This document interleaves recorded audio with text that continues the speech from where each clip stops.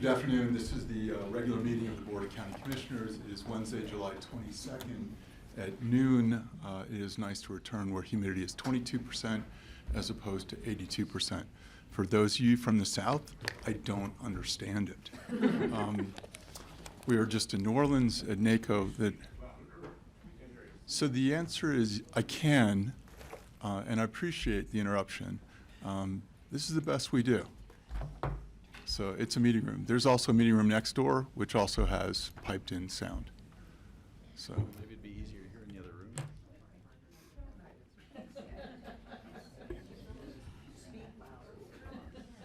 additions and deletions to today's agenda.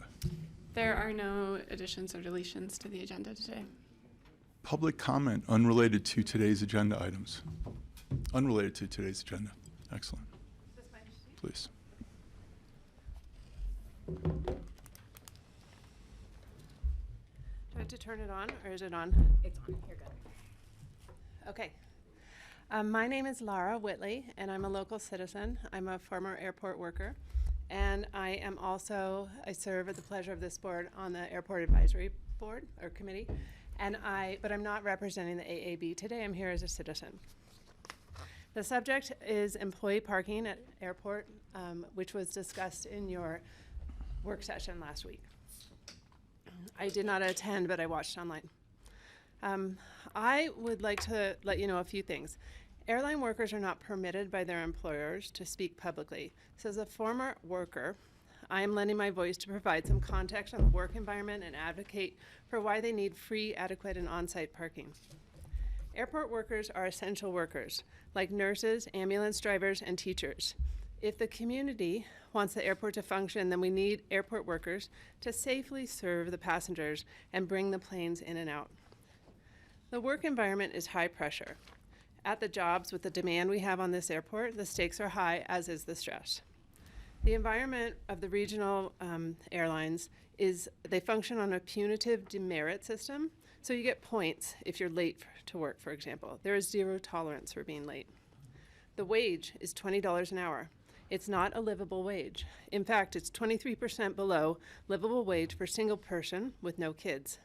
That ensures that virtually all airport workers are working multiple jobs, patching schedules together, and getting from one job to another, which may or may not be on a bus route.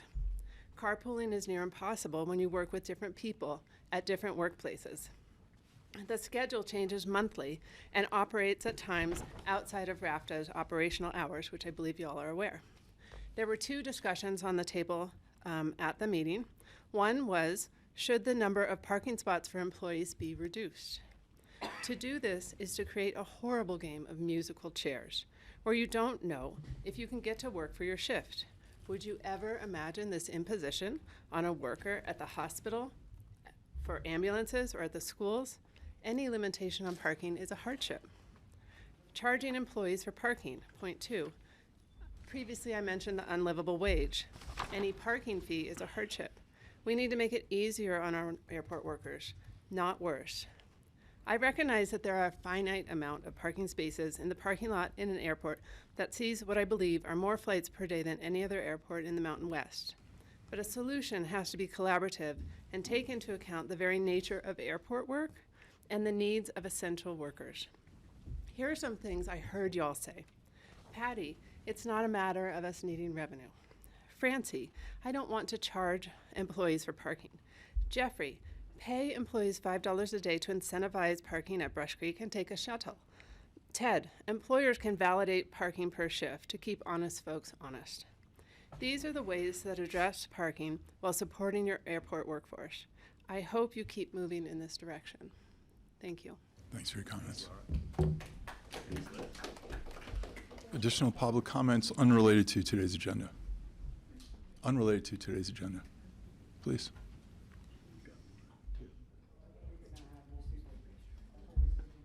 Our sheriff is a gentleman. Hi, Patty.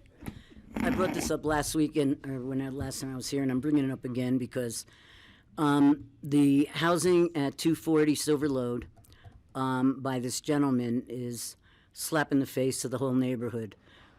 He has put in hundreds of thousands of dollars. He has extended the floor print of the whole house, which I do not believe you're allowed to do.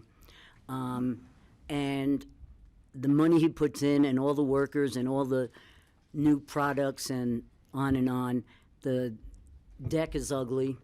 And to me, it's a complete and total abuse of employee housing. And it's a slap in the face to everybody who lives there. Thank you. Thanks, Ruth. Further public comments unrelated to today's agenda? Unrelated to today's agenda, please. Please.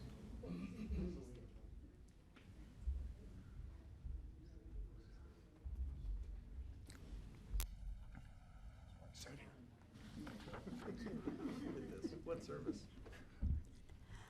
My name is Camilla Sparlin, Twining Flats Road, 60-year residence, and I'm here to ask the county commissioners if anybody has looked into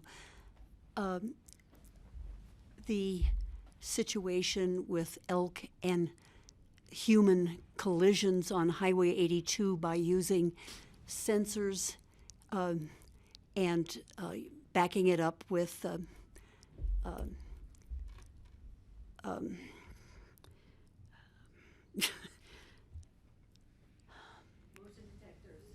just a minute.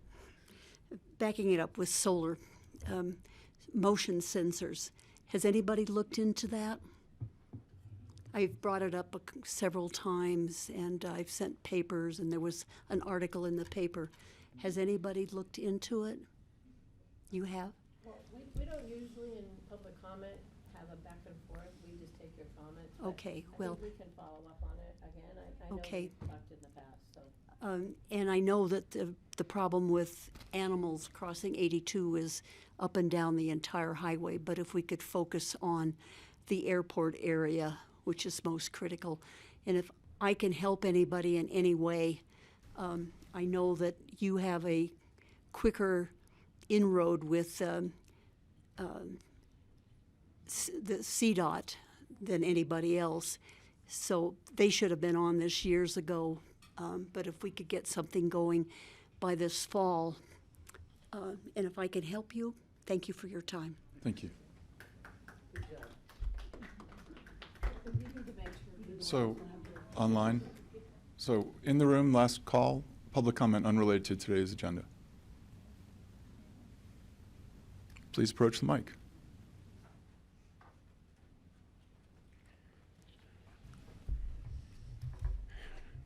Good afternoon. My name is Alan Altman. I live at 855 Brush Creek Road, which is about 0.8 of a mile off of 82, headed towards Snowmass. Across from where we live is a huge parcel of land. I forget the name of the gentleman who owned it, but there are some houses close to the road there. Across from us, about 8 years ago, we were walking our 12-pound puppy, and we were given a summons because that was elk migration land. Well, we paid the summons. I came here and said, gee, my 12-pound dog, how's that going to affect the 300-pound elk? And we all had a chuckle at it. I have pictures of April 4th of hundreds of elk coming down that land. 3 houses are now planned to be built right smack in the middle of that elk migration property.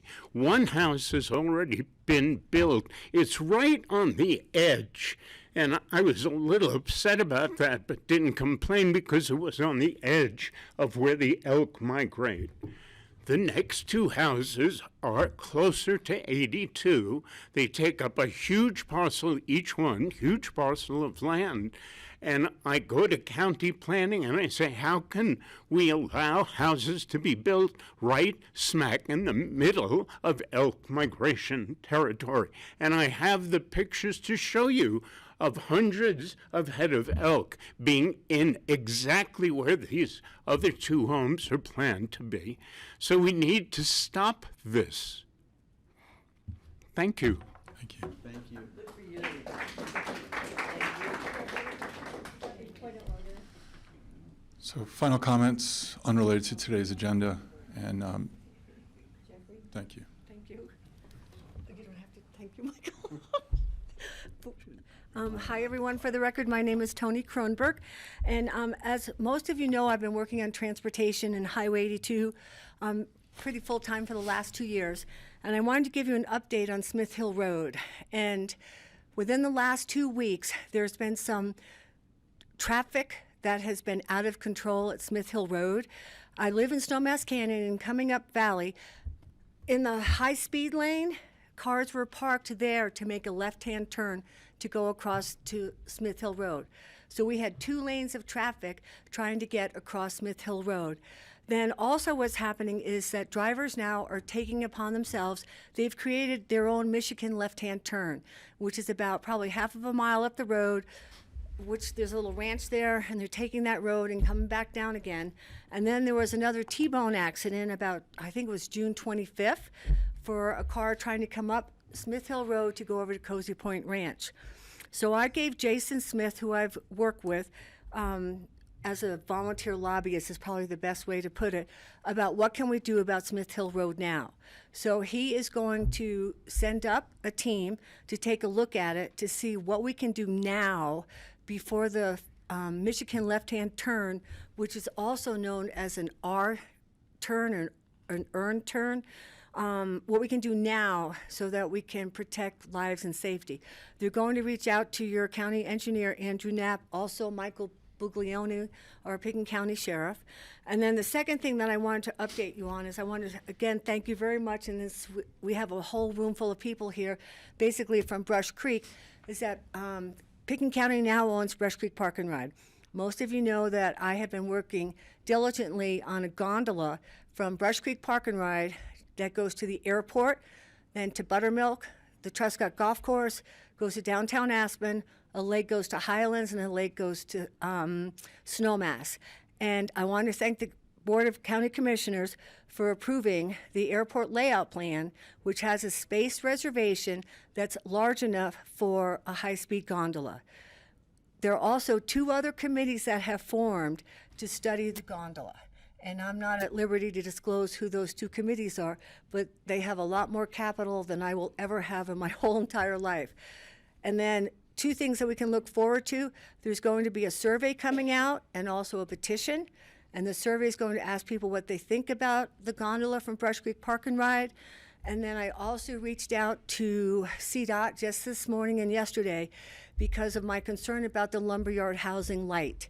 As you know, the transportation experts for the airport have said we're going to close off the light out of Airport Business Center going into the airport, and the traffic coming up Highway 82 going to the airport, that everything is going to be pushed to the lumberyard housing light. In addition, the Burlingame Affordable Housing Stage Road, that light's going to be shut down so you can no longer make a left-hand turn.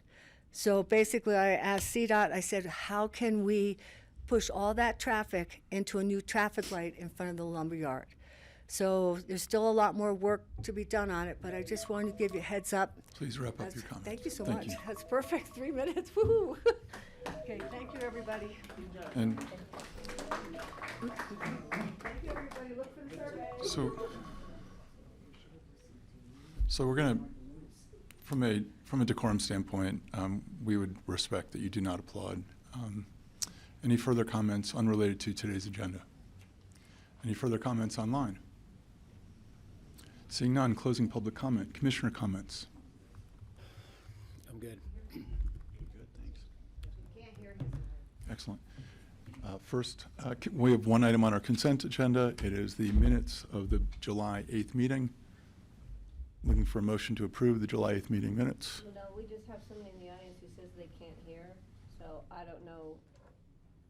I'm losing my voice, so I'm not going to be saying much, but I don't know what the board can do to. Can't hear you. Can't hear you. We can hear you. Can't hear any of you. I can hear her.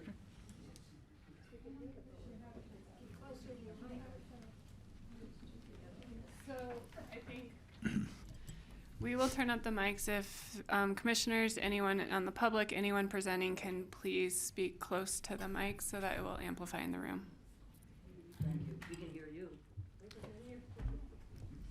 Looking for a motion for the minutes of July 8th. So moved. So moved. Patty, second. Ted first. All those in favor? Aye. Excellent. Individual consideration items, Ann Driggers, Liz Woods.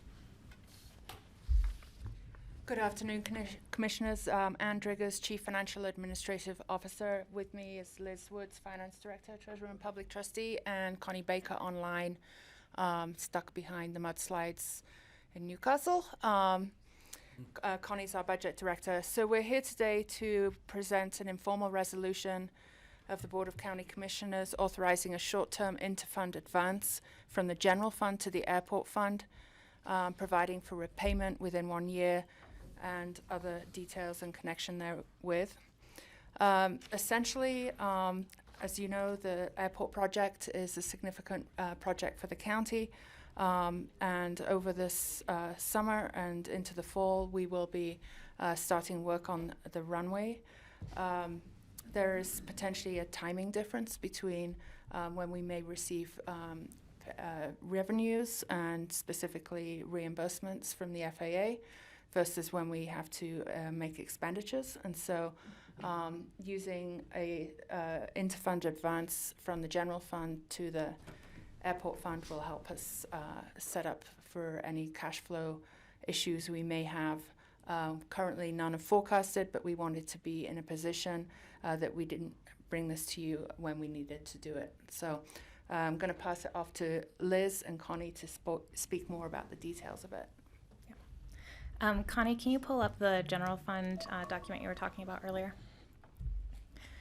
So we are suggesting that we put into place $8.1 million interfund amount. This would only be used if necessary, and it would be a short-term loan. It would be less than a year, and preferably within the same calendar year. So for instance, if we did the loan in October, hopefully we would have it paid back by December, for instance, would be our goal. So we do allow for it to cross calendar year with finance director approval, so myself. But it would be our goal to have that paid back within the calendar year. The general fund will not lose anything during that time because the airport will be paying interest on that loan. That is also included in the resolution. Connie has pulled up the projected fund balance for the general fund to show that the general fund could support this if we do need to pull from them temporarily. Any questions on this? I would just add the 8.1 million is set as the maximum amount that would not jeopardize enterprise fund status according to the TABOR and the Colorado Constitution. So a couple of questions for you. Does the issuance of the bond automatically trigger repayment to the general fund? Yes. Like it's the resolution basically says that the airport has to repay it. Yes. And the follow-on is 1 year is trading at 4.1%. Why are we underpaying ourselves? We went off of the average of what we have in the deposit, liquid but pool. this is a 1 year loan, so why wouldn't we track it to a 1 We year wouldn't. note? We wouldn't do a 1 year loan. This would be a shorter term loan. Okay. Most likely. I mean, we're talking a couple of months. That's realistically how much. Is the max? So in other words, this is the max. Yeah. Yeah. My concern was the rate is about 60 basis points below what Treasury is trading at. So why are we being generous to the airport? We can increase that amount if you would like us to. It's Based on the duration of the loan. It's the same amount the general fund would be earning on its balance. This is basically sitting in cash. And it's sitting in cash, local government investment pools. Yeah. It's not in long-term investments. Not all of it is. I'll just clarify that. Like, we have investments spread across a bunch of different investments. Some of it's sitting in local investment pools. Some of it's sitting in longer-term investments. The average that we tend to get on our portfolio is the amount that we've used for this repayment. Questions for Ann or Liz? Should be repaid by the end of fiscal year, but may not be? Correct. It would be within a year, but preferably we would repay it within the calendar year, yes. And that seems likely? Okay. Yes. Everything that we're seeing, again, we don't project anything, but anything that we're talking about, we're talking about really short-term periods. It could just be that we have, one invoice that we just are waiting on FAA reimbursement for. That usually, so far, when we've done those reimbursements, have happened within a couple weeks. So we could be just talking about a couple weeks potentially. Okay. Yeah, just a little bit more, since we have both of you here. Yeah. Regarding the amount of interest we charge for an interloan within the, to an enterprise in the county. Is there a rule of thumb you go by? It's not a fixed amount, I assume. It's a rule of thumb of how do you determine that amount? So for this one, we determined what our average rate that we're getting on our investments is, and that is the rate that we used for this particular interfund loan. We've never actually done an interfund loan before. We've talked about doing some before. We were going to set one up for the library, for instance. We never actually had to do that. Hopefully this is going to be the same case. We set it up and we don't actually need this tool, but we just want to be prepared. Copy that. Okay, thank you. Hey, Francis. Additional questions for Ann or Liz? Seeing none, I'm looking for a motion to approve an informal resolution of the Board of County Commissioners of Pitkin County, Colorado, authorizing a short-term interfund advance from the general fund to the airport fund, providing for repayment within 1 year and providing other details in connection therewith. So moved.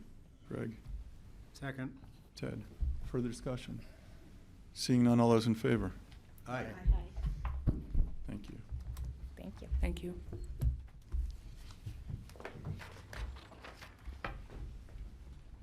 I have no idea what 2B is, but we're looking for Diane and Ryan.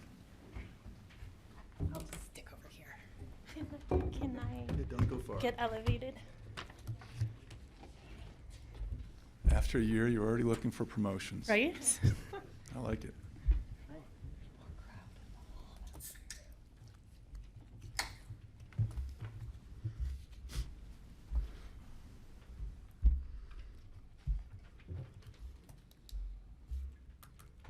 Do you want me to raise my hand? Was that? Do this. Oh, there we are. From the airport. I left Glenwood at 11. And got to Basalt. And we're in business. See if it comes through. There we go. So yes, Diane Jackson, Airport Director, and Chair, if I may, combine the two airport grant items to kind of give everyone a central update and probably help with all the grants that are coming before all of you. Please. So I thought a grant overview would be very helpful getting into these two grant requests. Previously before you was our AIP 68, which was Bill IIJA, depending on what administration we're under, and talking about it. We used that for the partial design for Runway 1533, and FAA calls it 1533 shift, but we all know the shift in reconstruction of Runway 1533. That was a grant with all of the bill funds available to us for $9.6 million approximately. Total grant with that, with local portion and CDOT funding, was $10 million. Then we are followed by the AIP 69, or our entitlement funds that were banked over the years and some of them set to expire if we don't apply for those.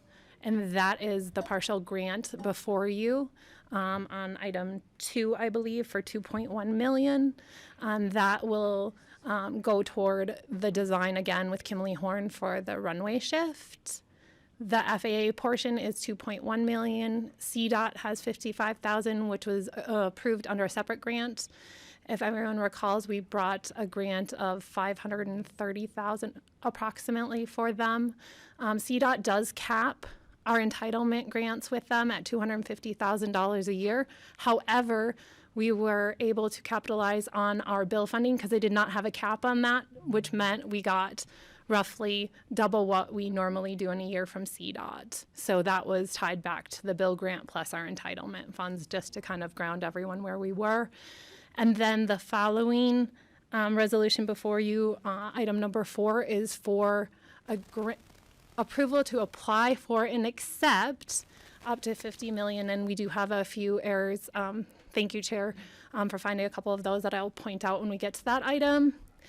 We are coming before you not only to have you approve application as well as acceptance. We need to act quickly at the end of the fiscal year. If there's airports that don't use the end of their funding at the year, we want to be in a position to be able to take whatever we can. We are planning on $30 million from them per their funding plan for us when they said $30 million in discretionary funding this year and then an 80-80 split over the next 2 years. We are just trying to position ourselves that if there is an extra dollar available, we want to be able to do that. And we heard that Grand Junction last year, I think, had a 24-hour or 72-hour turn time. So we just want to be in that position to be able to authorize the chair to sign that and turn that quickly. And I'm happy to come back with an update post that we just, again, want to be in a good financial position for any funding available. And that speaks much to Liz's earlier point. Discretionary is the last grant to come out every year. So unfortunately, this could be September 28th, it could be in August. We just don't know when they're going to get that pot of money in the FAA's checkbook to be able to authorize that for us. So I'm happy to kind of go through the details of each of those grants. Like I said, the grant agreement before you today is to finish off some design work. And the one that we don't have in there, and I apologize, I think Civic Clerk updated the grant agreement for both and not the grant application, so we will bring that back to everyone for the second read. That is currently in draft form with the FAA. We just like to make sure it's all set before we have the chair sign that. We will put that in there, and it is not bill funding. It will be entitlement and discretionary funding. So I think there was an error on the reso for that, as well as 50 million, not 50,000. Big number difference with a few zeros there. So we will have those corrected for the second read, August 12th. Questions or comments for Diane? I know there's a lot of grants coming before you this year, and I just appreciate it. And we actually don't know the AIP number for this next grant because we have the vehicle transponders that were before you too. I'm not sure if that grant will come before this. And you may see them combined grants too. So again, I will update you as soon as we have those numbers from FAA. Make a motion to approve first reading, second reading on August 12th. That's for item number 3. Do I have a second? Second. Thank you. Francie, I need your mic on as well. I need my mic on as well. All those in favor, sorry, further discussion? Seeing none, all those in favor? Aye. Aye. I'd make a motion to approve item number 4, authorizing the chair to submit a Federal Aviation Administration Airport Improvement Program application for this grant. Thank you. Do I have a second? Second. Further discussion? Yeah, Patty? as you know, we are hoping to go to Washington in September. Generally, when we go back there, we meet with the Federal Department of Transportation. I would like to suggest at this time that we set up a meeting with FAA when we're there this time. When Jeffrey and I were just in New Orleans, I already worked with CDOT, letting them know what our plan might be. Not CDOT, with DOT for September, and they are willing to work around our schedule to set up time. So let's see what we can do to take advantage of our being there and actually sit down at the table with FAA. My goodness, thank you for all of everyone's hard work around the dais. This couldn't be done without all of you, so thank you so much. Likewise. Further discussion? Seeing none, all those in favor? Aye. Aye. Item number 5. Thank you, Thank you. Diane. Thank you. you, ladies.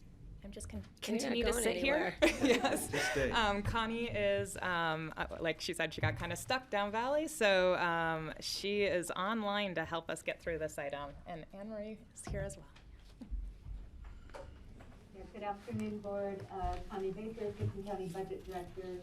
There's a resolution before the Board, second reading. In the Healthy Rivers and Streams Fund, it is a budget increase of $442,500 for the acquisition of 4.68 shares of Twin Lake Reservoir's water rights. And for the resolution that Anne is bringing right after this one. So it's simply appropriating the budget so that the acquisition can be done. Any questions?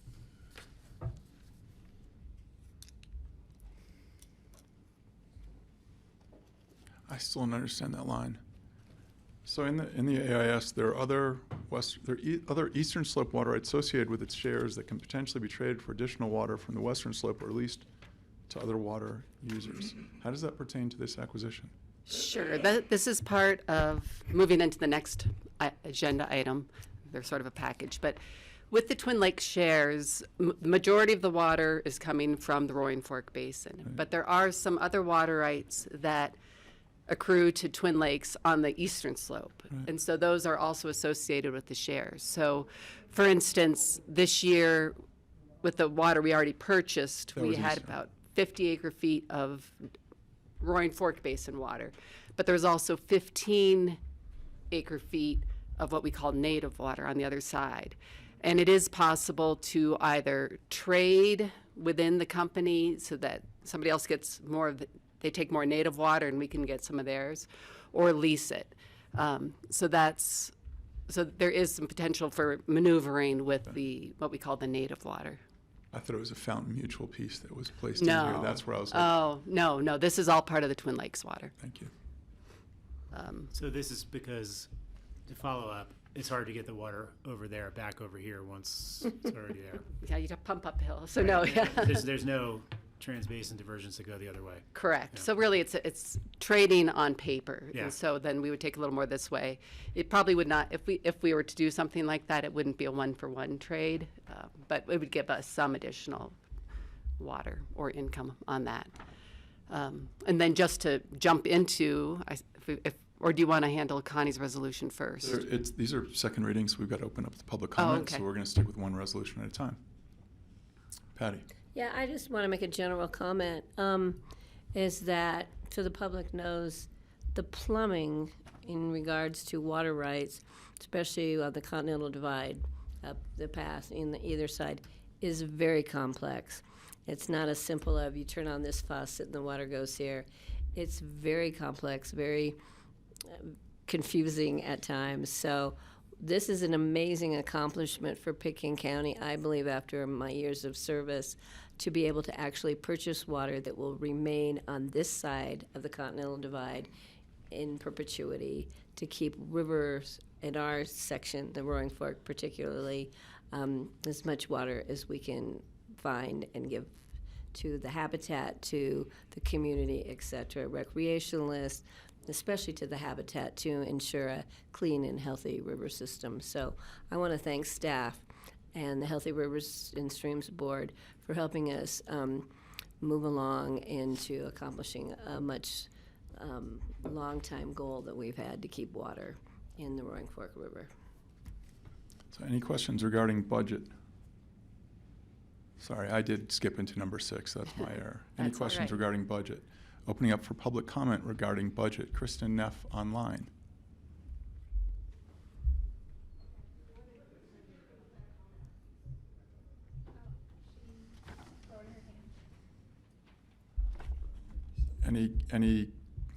Anyone in the room regarding budget and allocation for the Twin Lakes acquisition? Seeing none. I guess I would speak. Sorry. And this is Sam Cox. He's one of the board members of the Healthy Rivers and Streams Board. Excellent. And The you're board speaking as can- public or speaking as Healthy Rivers and Stream? Well, I'm speaking from my position on the Healthy Rivers Board. Thank you. And we did vote against this most recent acquisition. And I guess there were 2 points I would make. One is just the feeling that we could be analyzing quantitatively better than we are in terms of what the opportunities are for saving water or making water or bringing water over. And we feel like we have some tools that are going to be pulled out in the next couple of months that will help us make more quantitative decisions rather than just feeling good about things. And then the other point would be looking at our budget, and I realize finance said that the projections, the 5-year does show this purchase coming out of it, right? So I guess that's reassuring. But I would just make the point that in April, during our annual round of funding for other organizations, nonprofits, we were asked for $218,000, and we granted $152,000, according to my numbers. And it just, I think we all felt that the Board of County Commissioners is certainly gung-ho on buying as much water as we can, and I would just make those two items as counterpoints. Thank you, Sam. Thank you. Kristen, back online.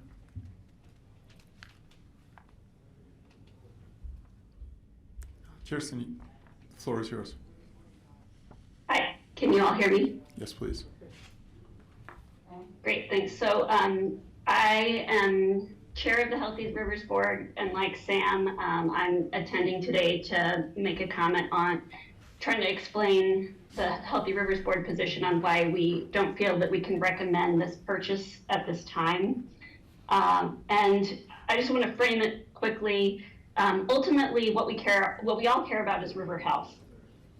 And the fact of the matter is that the amount of water that we're trying to achieve in terms of the minimum environmental flow in the upper Roaring Fork with the Twin Lakes water, we would need to purchase, based what by my calculations is 14 times our annual budget in Twin Lakes shares in order to be able to meet that goal.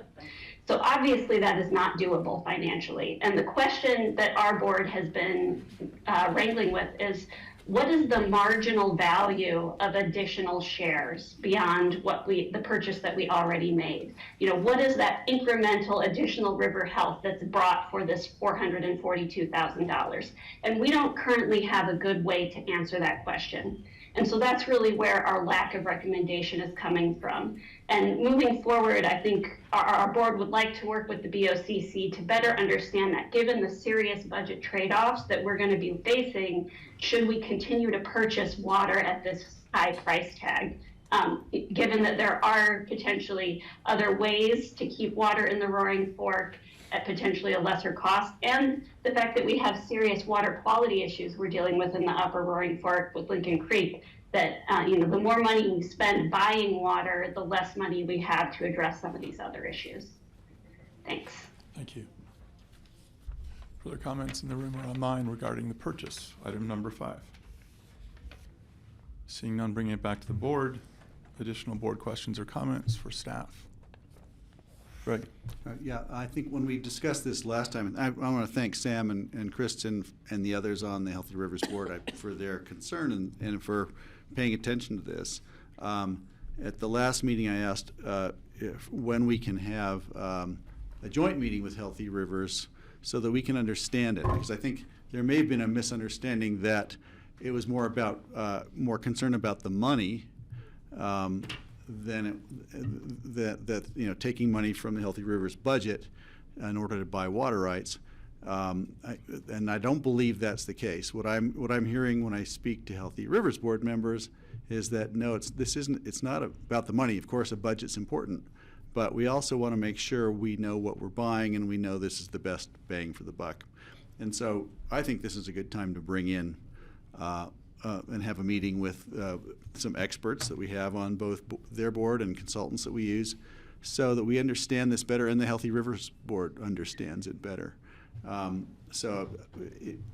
feeling is that this has been positive, and I appreciate that they're speaking up. I'm fairly confident that we're going to be buying water rights, but I also want to make sure I understand exactly what the position it has been from Healthy Rivers, and I'm not sure that has been articulated to this board as well as it could have been yet. Thank you. Greg, if I could respond quickly, we do have a joint session scheduled for next week at the end. Excellent. So. Great. So I hope you can all come to that, and I look forward to it. Commissioner Mahon. Yeah, I agree with what Greg said. It would be great to get together because I think there's some, whether it's miscommunication or I would love some clarity. And just one observation right now at the gauge down the hill here, we're at 3 CFS. If anyone's seen the river, it's not really flowing. So I think we're coming from a place thinking like, if you don't have any flow, well then you don't really have anything else to worry about. But we could stand to talk more about this, I think. Yeah, the USGS reported 141 this morning, I think. this It gauge? was near Maroon Creek. So discussion relative to the budget would be preferred.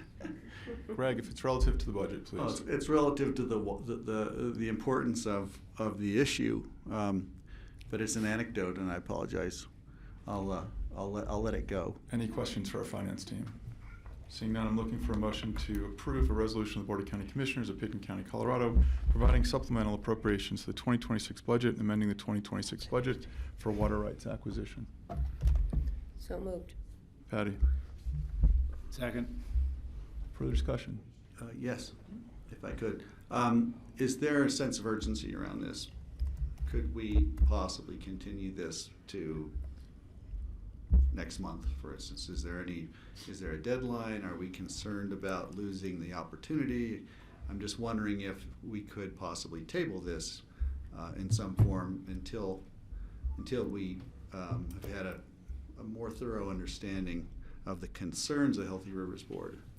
We would have to check with the seller. They have not, it's Ms. Olson, has not given us a hard deadline. I know she does want to get this closed, and we've been working with her, but without checking with her, it's hard for me to say, but we could certainly ask. Well, then I just ask my board to respond. So we have a motion and a second. Patty? Yeah, I'm not going to go to table it. As we know, water runs downhill, and when it does, the price goes up. So if anything, if we delay, who knows what might happen. I think, though, what might be wise is until we have the discussion with Healthy Rivers and Streams Board, we don't get in this deep into a contract with someone.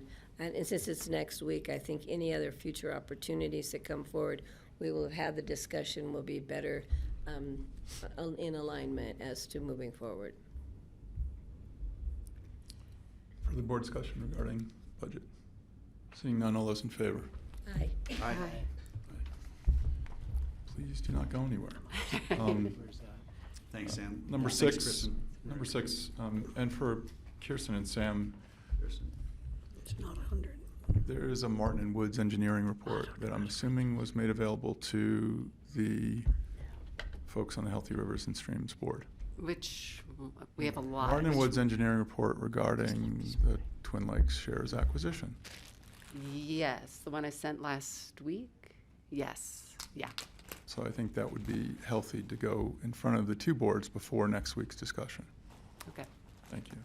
Item number six, an ordinance of the Board of County Commissioners authorizing acquisition of shares in the Twin Lakes Reservoir and Canal Company.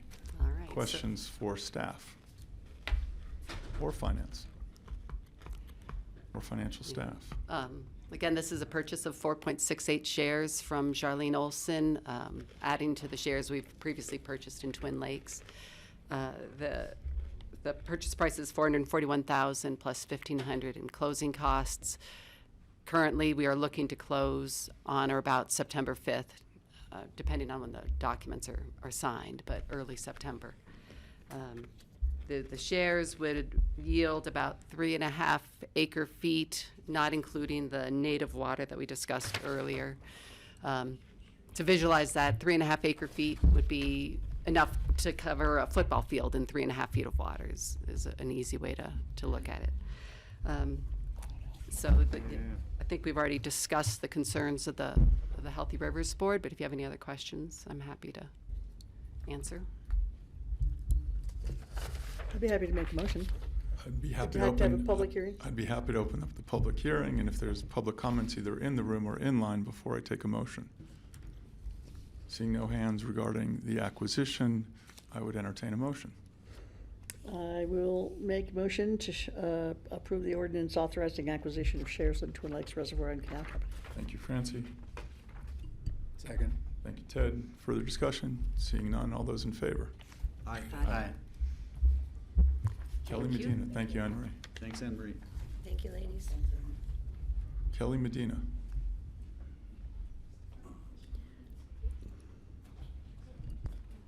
Kelly Medina is not here. We are going to take a. I can cover it if you want. That'd be wonderful. Before you. Hello.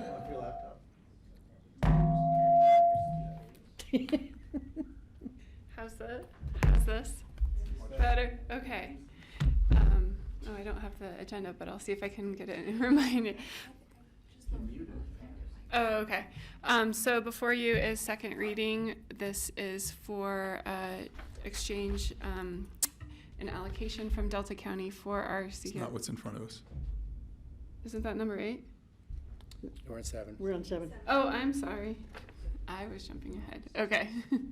Okay. So before you is various state policies for our Economic Assistance Division as it relates to there are requirements from the state that require various changes and updates to our policy. And we walked through these during first reading, and I'm happy to walk through them during second reading if you would like.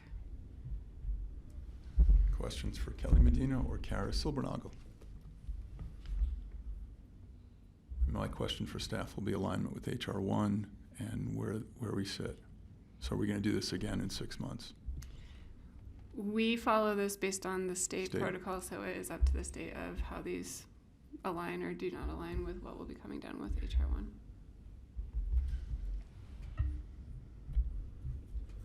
Further questions for staff?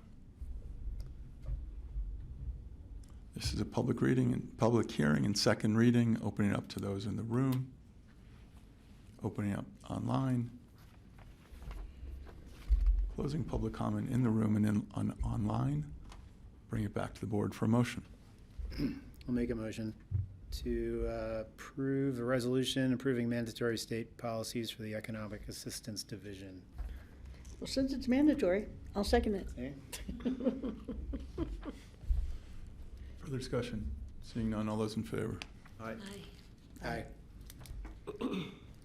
Now CCAP. Okay, number 8. This is a confirmatory hearing for an emergency resolution for the acceptance of CCAP dollars as a transfer from Delta County. We had to do this as an emergency resolution 2 weeks ago at the prior regular meeting due to there was a holdup initially of potential rule changes at the state level, and then those rule changes did not happen, which allowed us to continue to pursue the transfer. This is a process that we've done typically in the past amongst counties, and so we are accepting $100,000 in CCAP funding from Delta County.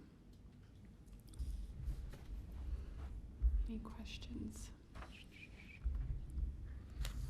Seeing none, opening the public hearing, opening up in the room regarding CCAP and a transfer from Delta County of $100,000, opening up online. Seeing none, closing the public comment, bringing it back to the board. No further discussion, looking for a motion. Make a motion to approve. I'll second. Further discussion, seeing none, all those in favor? Aye. Aye. Aye. Would the board like a break before Yes, please. Raceway Fund? I have a feeling staff's gonna need time to set up. So we will reconvene at 1 p.m. We're on a senatorial 12. So hard to figure out these.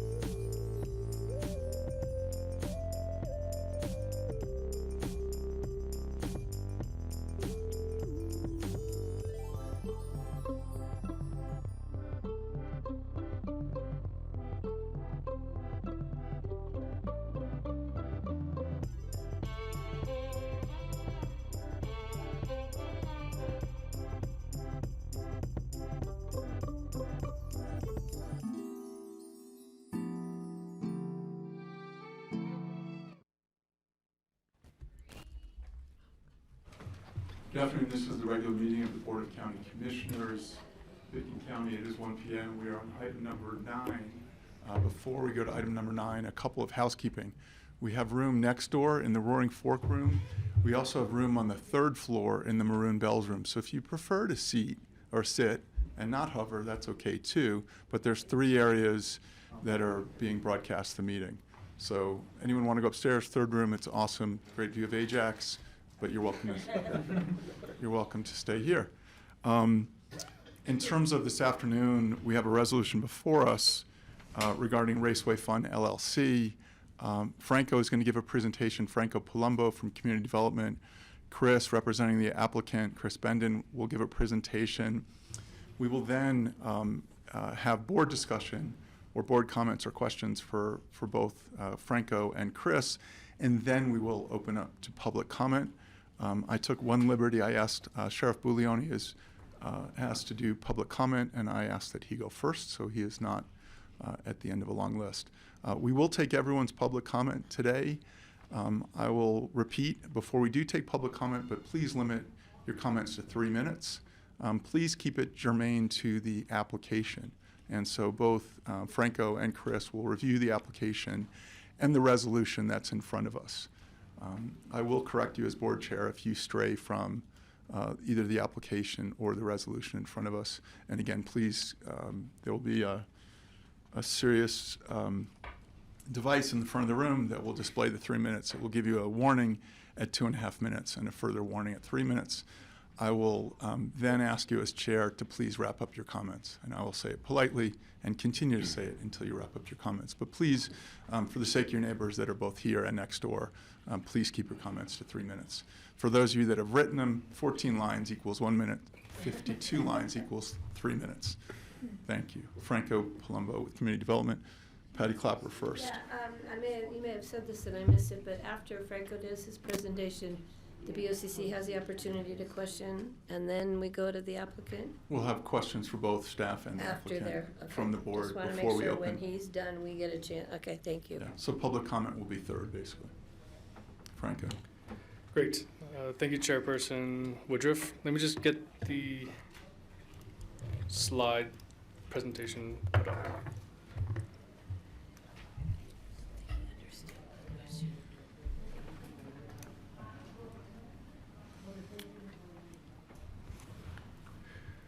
Okay, this application is regarding the Raceway Fund LLC applicants. They are asking for restoration or expansion of non-conforming structure or use with significant changes, major amendment of a special review use, 2025 commercial GMQS allotment, options to defray, the payment of a impact fee for employee housing, GMQS exemption for deed restricted dwelling units, and activity envelope and site plan review. Chris Benden, the gentleman next to me, is the applicant's representative, and he will have the applicant's, I believe, slides and presentation regarding this application. And I do want to note, I did had to post the application on July 14th, so there were public comments received after that date, and I had provided those to you all on last night at closing time. And then we did receive more public comments as of that time into today from Gardner Nichols, Sandra Holmes, and Robin Severy. So I just wanted to let you know that there are more public comments that did not make the packet. And so this is a continuation of the public hearing. The BoCC did meet on site on July 15th, 2026, and continued the public hearing to today, July 22nd, 2026. The subject property is 550 Raceway Drive. It's in the Woody Creek area. The property is 45.328 acres according to the applicant's 2025 improvement survey plat in the application. The zoning for the property is resource 20 acre, or known as RS20. The property satisfies the minimum lot area requirement of the RS20 zone district. So just a very, very brief land use history of the property.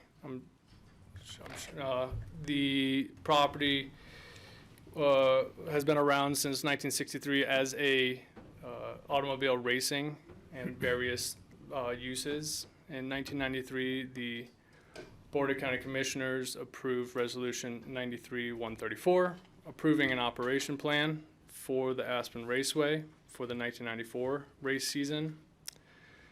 And that operation plan has been in effect as of to today. In 1995, the BoCC approved Resolution 95-25 for the annual review of the Aspen Raceway Special Use Permit. And the BoCC found that the raceway was in compliance with the operation plan. And since 1995, there has been no further annual reviews since then. From 2004 to 2008, there were, in 2004, the BoCC approved winter driving operations, and subsequently up until 2008, the Community Development Director approved those operations. And in 2010, Administrative Decision 13-2010 was for a minor amendment to a development permit for the special review use. And that allowed the facility to have these temporary storage structures, that 21 of them that are 8 feet by 40 feet, to be used by the member-only car storage. And you can see those structures in that picture on the right. So the existing operation plan, it allows for 24 actual racing days. So a racing day is 6 cars gridded at the start simultaneously per calendar year.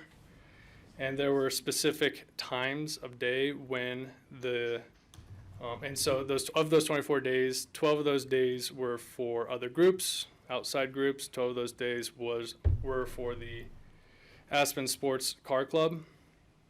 And there were hours of operation, Monday through Saturday, 8 a.m. to 5 p.m., depending on the sunset. And then on Sunday, 9 a.m. to 7 p.m. And there was no winter track use allowed, and no shooting range was allowed as part of the 1994 operation plan. The proposed operation plan does not have a limit on the actual number of race days per calendar year. The hours are varied from May 1st to September 30th. Mondays, the track is closed. Tuesdays through Thursdays, 10:30 to 5. Fridays, 9 a.m. to 6. And the operation changes between October 1st and April 30th with a little bit more limited hours. But there is the winter/ice season, approximately December 15th through March 31st, which allows for Monday appointment only, Tuesday through Thursday, 9 a.m. to 4 p.m., and Friday through Sunday, 9 a.m. to 4 p.m. The operations track safety requirements in the proposed operation plan is an enhanced one from the 1994. And it also enhances the handling of hazardous materials on the site. In addition to the operation plan, there is a 50-hour per month limit on the outdoor shooting range that may vary depending on use of office, police officer and sheriff's office.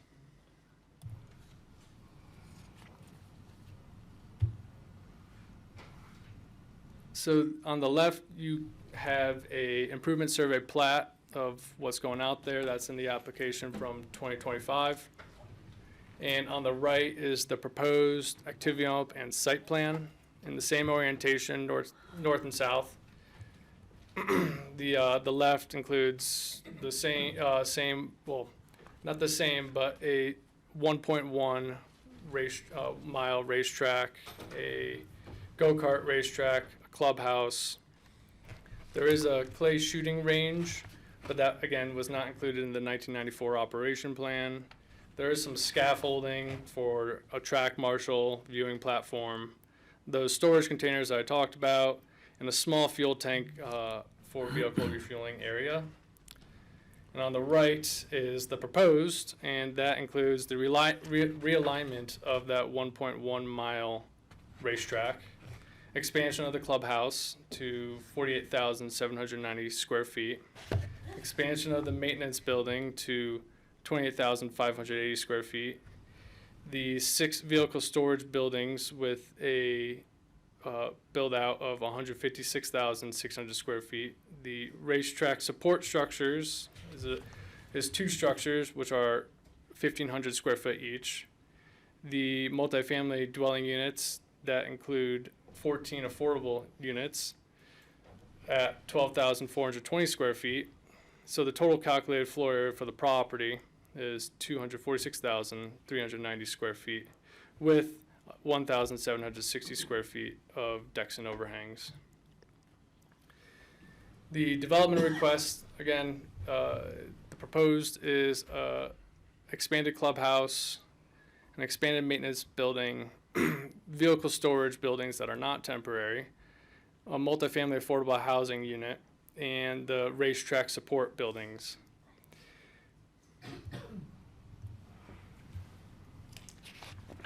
Combined application components. So the components of this application are a combined application, the restoration or expansion of a non-conforming structure or use, the major amendment to a special review use, the GMQS allotments for commercial development, options to defray, the payment of impact fees, GMQS exemption for on-site housing, and activity on open site plan review. And the process, I know there was some, GMQS allotments are typically reviewed by the planning and zoning, but because of this section 22060A of the land use code, any development application that would involve multiple review procedures culminating in approvals from differing review bodies pursuant to the provisions of this code shall be combined for review and approval by the highest review authority that would otherwise have involved in separate review procedures. So this is a one-step review process, and the entire combined application, including the commercial GMQS request, shall be reviewed by you all today. So the process, section 22060C, I'm throwing out a bunch of sections in the land use code, but hopefully follow along, of the code provides that applications requiring more than one type of approval shall be processed simultaneously until all approvals have been obtained or until any necessary approval has been denied. And so, with you as the decision body, section 22120A further provides that the BoCC shall approve or approve with conditions only those applications it finds to be in compliance with the standards of the code. So, beginning with the analysis of this application, Chapter 9, Nonconformities, the application is contemplating the restoration or expansion of a nonconforming structure or use with significant changes. The existing racetrack is a legal, nonconforming use because it has been lawfully established before the adoption of zoning for this area and is not a permitted use as of this code, RS20 zone district. The application proposes significant changes to the expansion of the existing racetrack uses and facilities and therefore is subject to the review of section 95030. The BoCC shall determine whether the proposed restoration or expansion complies with the sections of 95030. Approval of this request is necessary for the proposed redevelopment to proceed. If the request is denied, further processing of the remaining components of the combined application shall end pursuant to section 22060C. So staff has provided an analysis of the nonconforming use. First, because this is a necessary threshold issue. If the BoCC denies the section 95030 request, section 22060C ends further processing of the remaining components. The remaining analysis in this memo that you have in front of you are provided in an alternative to the event that the BoCC does not deny the section 95030 request. 95030 prohibits expansion of a non-conforming use except pursuant to the applicable standards in Chapter 9. So the application proposes occupancy and development of an additional portions of the property, substantial additions to the structures and facilities serving the racetrack, additional uses and amenities, and a material increase in the intensity and seasonal duration of the operations. Therefore, this application is subject to section 95030, as I mentioned previously. And again, staff finds that the racetrack was established in 1963 prior to the adoption of zoning for this area. Under the current code, this would be classified as an amusement or entertainment establishment, which is prohibited in the RS20 zone district. The racetrack was lawfully established and may continue as a legal non-conforming use subject to the standards in Chapter 9 and the standards of the prior approvals.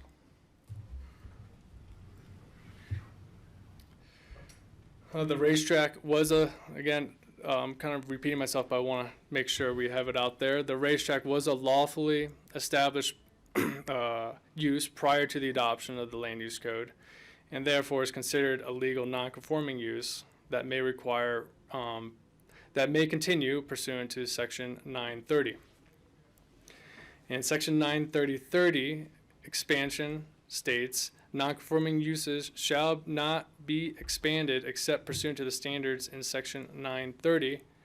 The prohibition shall be construed so as to prevent, and that is occupancy of additional lands or the enlargement of non-conforming uses by additions to the area of the structure in which non-conforming uses are located. So, section 95030 provides for modifications to a non-conforming use of the structure. And so the BoCC may permit modifications to a non-conforming structure or use that does not meet the standards of 95020, which is for insignificant changes. So these are the standards for section 95020 in front of you. A building permit for reconstruction must be issued within 2 years of the date of demolition. The proposed building restoration must conform in terms of use, and a legal non-conforming structure may be expanded, repaired, restored, reconstructed, replaced, or remodeled as long as the activity does not increase the nonconformity. Therefore, we are reviewing under the 95030 of the Land Use Code. So the nonconforming use process, and I'll just read this code section, this excerpt out loud. Approval under 95030 is necessary threshold. Approval for this application because the proposed redevelopment is an integrated expansion of the legal nonconforming racetrack use that is otherwise not a use by right or special review use in the RS20 zone district. Thus, the proposed development identified in the application cannot be constructed or operated as proposed without the applicant first obtaining BoCC approval to expand that pursuant to 95030. Similarly, the BoCC may not award and the applicant may not obtain commercial GMQS allotments until and unless the BoCC approves the expansion pursuant to 95030. So in the GMQS allotment section, section 64020A, provides that compliance prior to any sort of allotment provides that compliance with all requirements of the Pitkin County Code is a prerequisite to the award of any development allotment, and that no allotment shall be granted where the proposed development violates the Land Use Code. And then 64020B, receipt of the allotment or eligibility for an exemption is a prerequisite to continuation in the land use review process.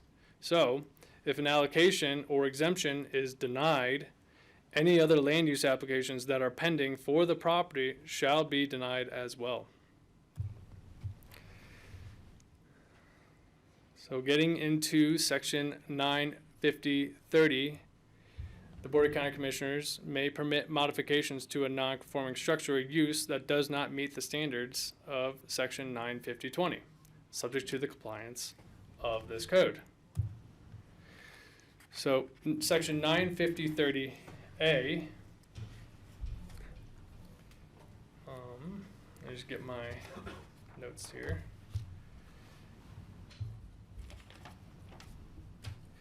(95030A) is regarding the adverse impacts and compliance with the county land use policies. And I just put up the land use policies that were addressed in your memo. And under section 95030A, staff has evaluated whether the adverse impacts of the proposed expansion and its inconsistencies with county land use policies would be tolerable. Staff found that it would not be tolerable. That finding was based on the cumulative scale, intensity, and effects of the entire proposal, not an isolated impact. Staff found that the proposal goes well beyond reconstruction or safety improvements to the existing racetrack. It removes the annual racing day limit. It adds regular winter operations, expands vehicle storage and service, and introduces shooting facilities, events, and member amenities and housing on the property.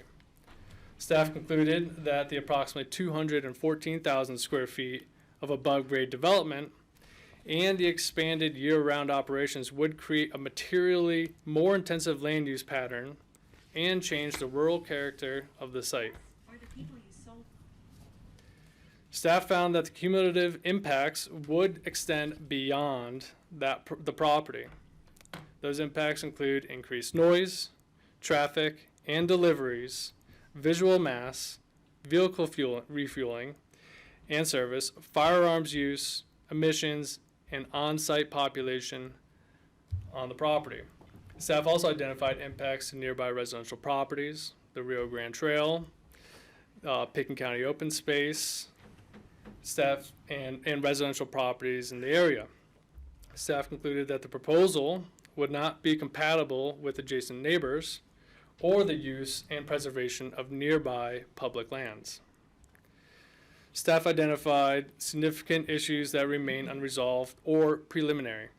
For noise, the final outdoor range design and mitigation barriers had not been established, while the proposal increased both the frequency and variety of noise-generating activities. For water, the projected domestic demand approached the well's planned daily capacity with no redundant water supply if the well failed. For transportation, the record identified trail crossing site distance concerns and did not include a final raceway drive management or refurbishment plan for deliveries, loading, snow storage, and peak operations. Oops. Staff recognized positive elements of the application, including safety improvements, stormwater controls, renewable energy, on-site vehicle storage, alternative modes of transportation, and employee housing with training opportunities. However, staff found that these commitments did not overcome the proposal's overall scale, operating intensity, and cumulative neighborhood, environmental, and infrastructure impacts. Staff therefore concluded that the adverse impacts and policy inconsistencies remained not tolerable. So regarding section 95030B, consistency with master plans, under section 95030B, staff evaluated whether the proposed expansion is generally consistent with the Woody Creek Master Plan and adjacent lands uses. Staff recognized that the master plan acknowledges the existing grandfathered racetrack. However, the plan also cautions against expansion of the racetrack, additional uses, use by other clubs, excessive noise, and commercial or industrial activities beyond the racetrack. Staff found that the application extends materially beyond modernization of the existing track. It adds regular winter operations, partner club activities, larger member events, permanent vehicle storage and service facilities, shooting facilities, food and beverage, wellness amenities, and a 14-unit residential building. Staff also considered surrounding land uses, including rural residential properties, the Rio Grande Trail, county open space, vacant public lands, the Elam gravel operation. Although the existing racetrack is part of that setting, staff found that the proposed scale, year-round intensity, on-site population, and expanded mixture of activities are generally not consistent with the adjacent residential and public recreational uses. For those reasons, staff found that the application does not comply with Section 95030B.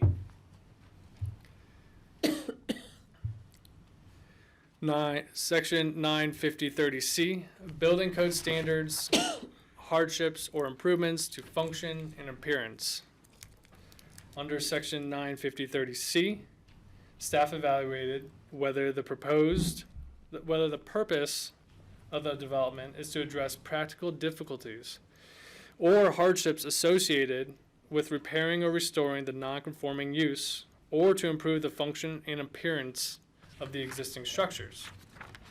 Staff found that the application is not limited to repair and safety improvements to the track. It includes approximately 246,390 square feet of development, including 6 vehicle storage buildings, a substantially expanded clubhouse, a maintenance building, vehicle repair, car washing, food and beverage, wellness facilities.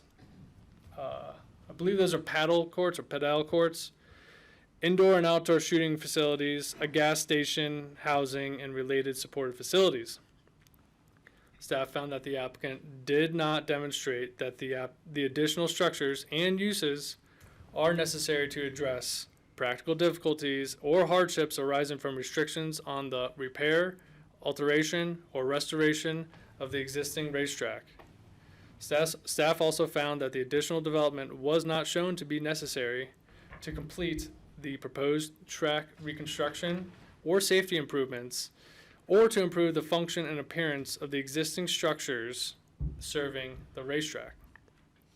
Although the additional facilities may support modern private motorsports club, staff found that improving the proposed business model is not the same as satisfying the specific hardship or function and appearance criteria of 95030C of the Land Use Code. For those reasons, staff found that the integrated application does not comply with Section 95030C. So therefore, the findings of Section 95030 is in front of you. Based on the findings of noncompliance with 95030, staff recommends denial for the requested restoration or expansion of a non-conforming structure or use with significant changes.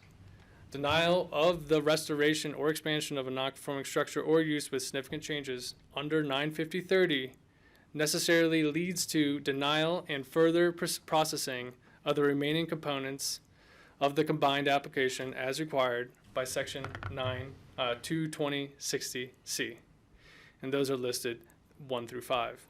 So therefore, staff recommends that it is in the best interest of the citizens of Pitkin County to adopt this resolution to deny the necessary approval under Section 95030 and terminate further processing of the remaining dependent components of this combined application.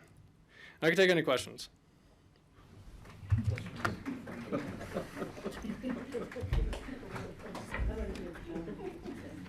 That was really great, Martha. Thanks for all the preparation in that presentation. It was very, very clear.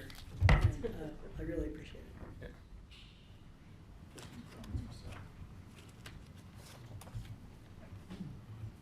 Thanks, Franco. And Suzanne. And Ryan. Team Yep, as well. absolutely. Now let me bring up my presentation. Let me stop share.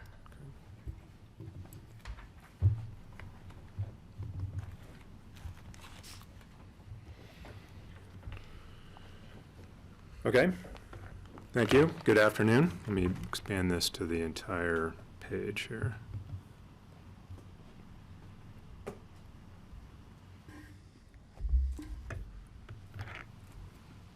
Okay, good afternoon. Thank you for hearing us out. My name is Chris Bendon. I'm with Bendon Adams, here on behalf of the property owner. Ownership of the property is by two gentlemen here, one to my right, Todd Jacobs, and his brother-in-law, Brett Richheimer. I think they did a rock, paper, scissors to see who would sit next to me this afternoon. You will hear from Todd at the conclusion of our presentation. I wanted to introduce some folks that are part of the application and that you'll be also hearing from today. Bryce Engelhart is with Technical Track Design. Bryce has been involved with motorsports for over 2 decades. He's a renowned track designer. His previous experience as a driver, engineer, mechanic, coach, and most recently team owner give him a unique perspective on track design that few others can match. Oppenheim Architecture is located here and also in Miami and also in Switzerland. From the Roaring Fork Engineering.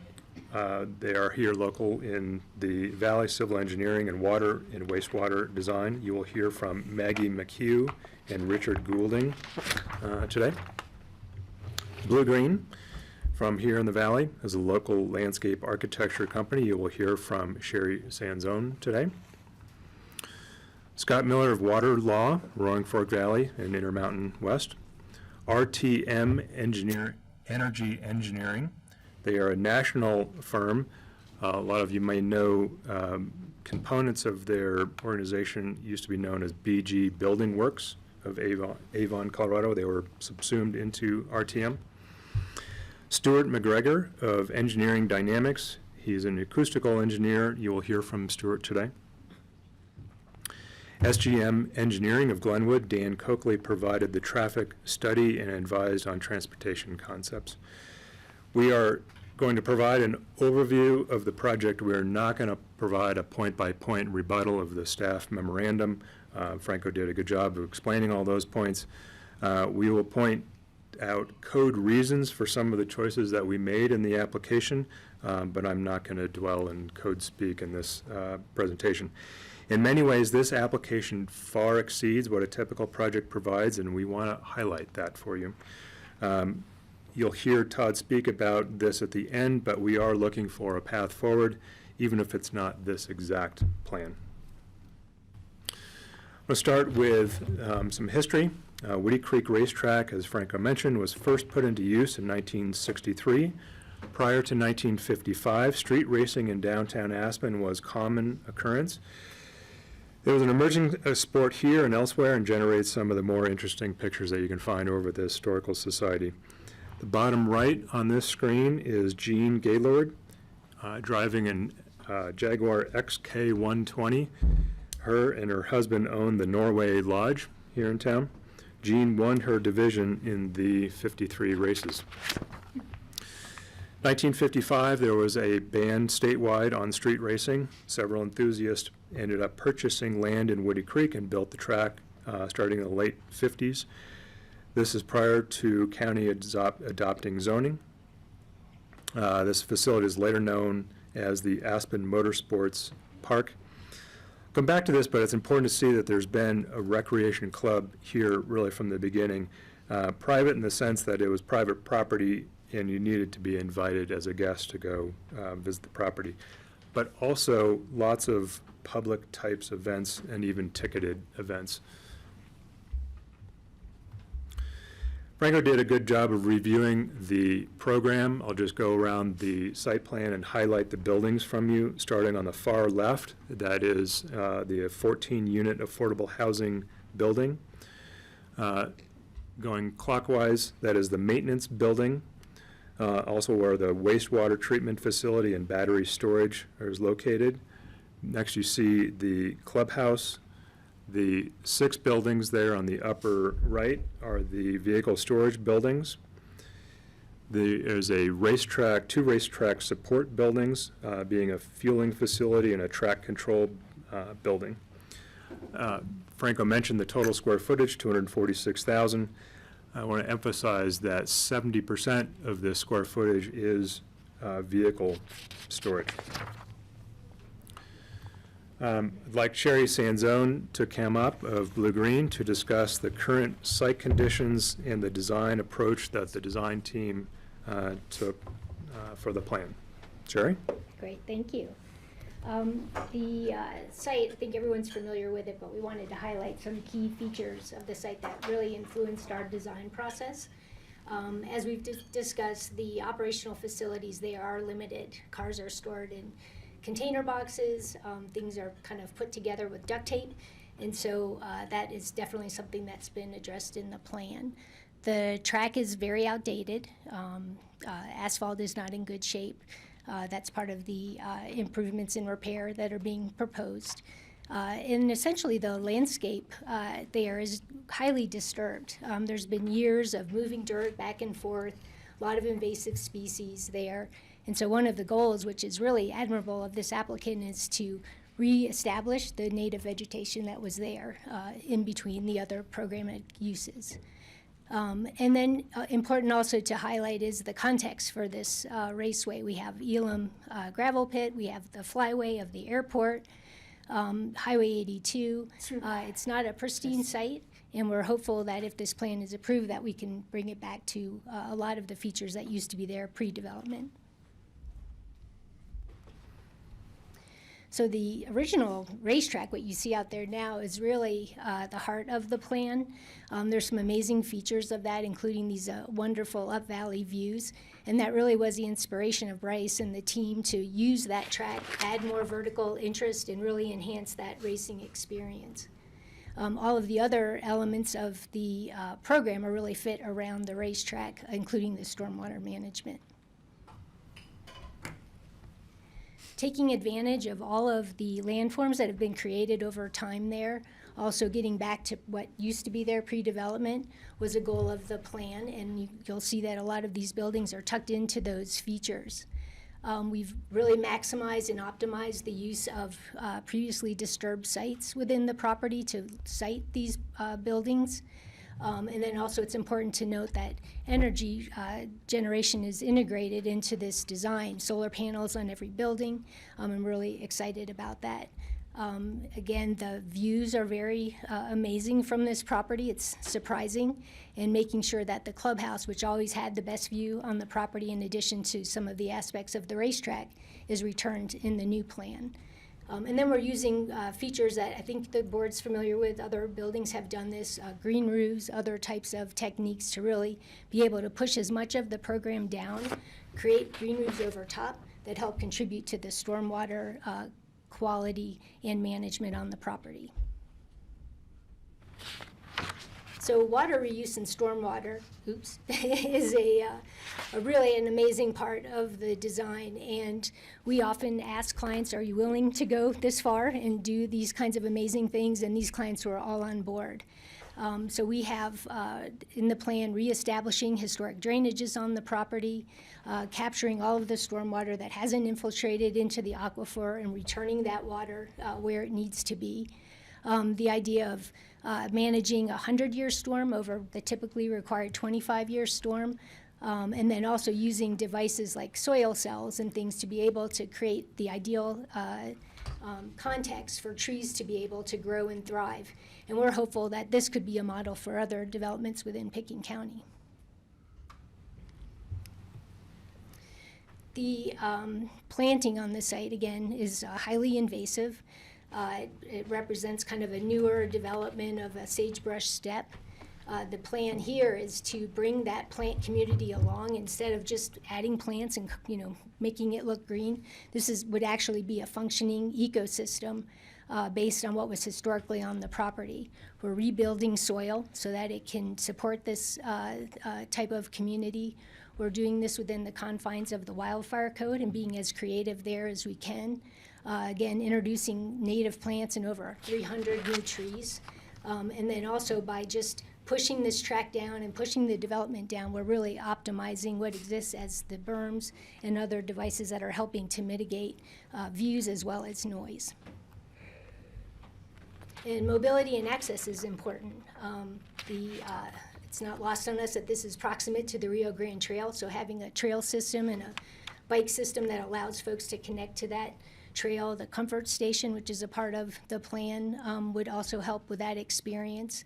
There's a fleet of e-bikes and golf carts to be able to use within the property. Parking is designed so that it's a flexible green space for those occasional times when there's more cars on the site, being able to do that in a green and responsible way. And so we're hopeful that all of these elements really help contribute to the county's goals. Okay, thank you, Sherry. Great, thank you. Next before you is Richard Goulding of Roaring Fork Engineering. He will be followed by Maggie McHugh talking about water, but we will first want to have Richard speak about the civil engineering design. Richard? Hi. So as Sherry was saying, there's a pretty innovative design when it comes to managing stormwater. It'll either be infiltrated on site or it will be reused for irrigation. Combined with the grey water system that Maggie is going to speak about, essentially all the water on the site is going to get used twice. Throughout the design process, we met with the fire marshal several times to discuss access and hydrant locations. One of the requests was to add a hydrant on Raceway Drive, which would be available for use for basically the surrounding properties. We sized the large water tank on site, fire flow being the biggest demand. We met the National Fire Protection Association standards. The tank is proposed to be 450,000 gallons, and that pressurized hydrant on Raceway Drive will be available 24/7 for filling fire trucks if there's ever the need. Based on some staff county comments, the internal roads were widened and are designed to accommodate the largest emergency vehicle available. Three-phase power is also available at the site, as well as natural gas. The natural gas could be used or will be used for backup generators for essential infrastructure such as the wastewater plant or the pumps in the tank. Given this proximity to the Elam pit, any excess material will be basically given to Elam. There's an arrangement being made with Elam where they will take that material and process it as needed and will basically sell the rest of it, whatever's left over. I'm going to hand this off to Maggie McHugh, my partner, and she was going to talk about the wastewater. All right, thank you, Richard. Good afternoon, board. As Richard mentioned, there are a lot of innovative concepts in this design, and that is true for the water and wastewater proposed systems as well. During the development, we drilled a well on site, which produced 15 GPM over a 24-hour period with only 5 inches of drawdown in almost a 200-foot well. The well recovered instantaneously after pumping continuously for 24 hours, suggesting that this well can more than support the water demand on site. Additionally, a petition is currently in with the Basalt Conservancy District to secure water rights and look at securing a redundant well on site if possible for that emergency need. Additionally, on the downstream side of things, for the wastewater treatment plant, we are looking at reusing all of the water on site.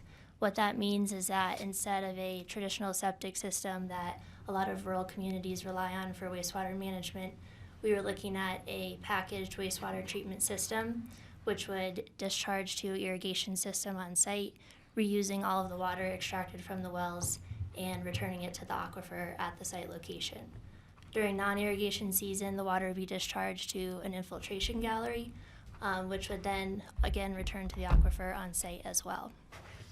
In addition to both of these innovative concepts, the water storage tank was sized to meet current fire demand, and that is the reason for the large size. About 300,000 gallons of that 450 is related to fire storage and would always be in the tank. The additional capacity of that tank is related to dead storage for pumping and overflow capacity. What this means is that during average day demands, there's about a week of water storage available in the tank, and maximum day demands, we have 2 days of water storage available. This provides just a buffer for site activities and water usage on site, and again would be used in conjunction with the well water that's available for the property. One remaining thing on the wastewater side is that the facility itself is a pretty innovative concept, going from drinking water to black water to gray water to irrigation use. It's not common here in the valley yet, but we believe that this could set a new standard for large facilities throughout rural communities in the valley to look at and just promote water reuse in a water restricted valley that we live in. Thank you. Okay, thank you, Maggie. I want to move on to energy production. RTM Engineering provided an energy design for the property. Property is well suited for solar collectors. The storage buildings have very little energy demand and generate energy well in excess of the needs. There's an on-site battery storage to accommodate day versus night needs. The property is connected to the Holy Cross grid and would push and pull as needed energy. Current plan produces a little over 1.5 million kilowatts per year. Working with RTM, the project can generate 100% of what is needed for its uses. This would be a combination of using single and or dual access solar trackers for the panels and accounting for periods when there is little to no on-site operations going on. I want to touch on the affordable housing. It's one of the most significant community objectives, and that is reflected in the county's code and certainly reflected in the growth management scoring system of the county. Applicant can get up to 6 points in this item based on the amount of housing provided. There's a schedule that dictates the points based on the percentage of employees housed versus generated. Housing 130% of the employees generated equates to a score of 6 points. I want to first start with the employee generation side, the needs of the project. As I mentioned before, 70% of the square footage is car storage. It's basically cars sitting on a battery tender that don't require need for employees. Other uses like the battery building or the wastewater treatment facility are unique things, and the county code does not have a generation rate for these. As you probably heard before, not all square footage is created equal. So we provided a staffing plan for the entire project. The plan calls for 16 employees. I personally think this is still a little bit of a strong number. I don't think it would be that heavy, but both Todd and Brett described that this is a fully up and running number. I asked them to add 25% to that to be extra safe and account for unknown operational changes. This gets us to the 20 FTEs that's in the application. Pursuant to county code, the proposed 14 units house 26.5 FTEs, full-time equivalents. By definition, this provides more housing than we would need, plus there could be employees that don't need or want to live on site. We set a priority for the extra units to go to Upper Valley first responders and then to the general public. In discussions with Pitkin County staff, this approach was acceptable, and same with the Housing Authority. In all discussions with staff, the initial draft scoring in this topic was a 6. Across the board, each individual staff member scored this as a 6. Staff became concerned about the configuration of the on-site housing being attached units.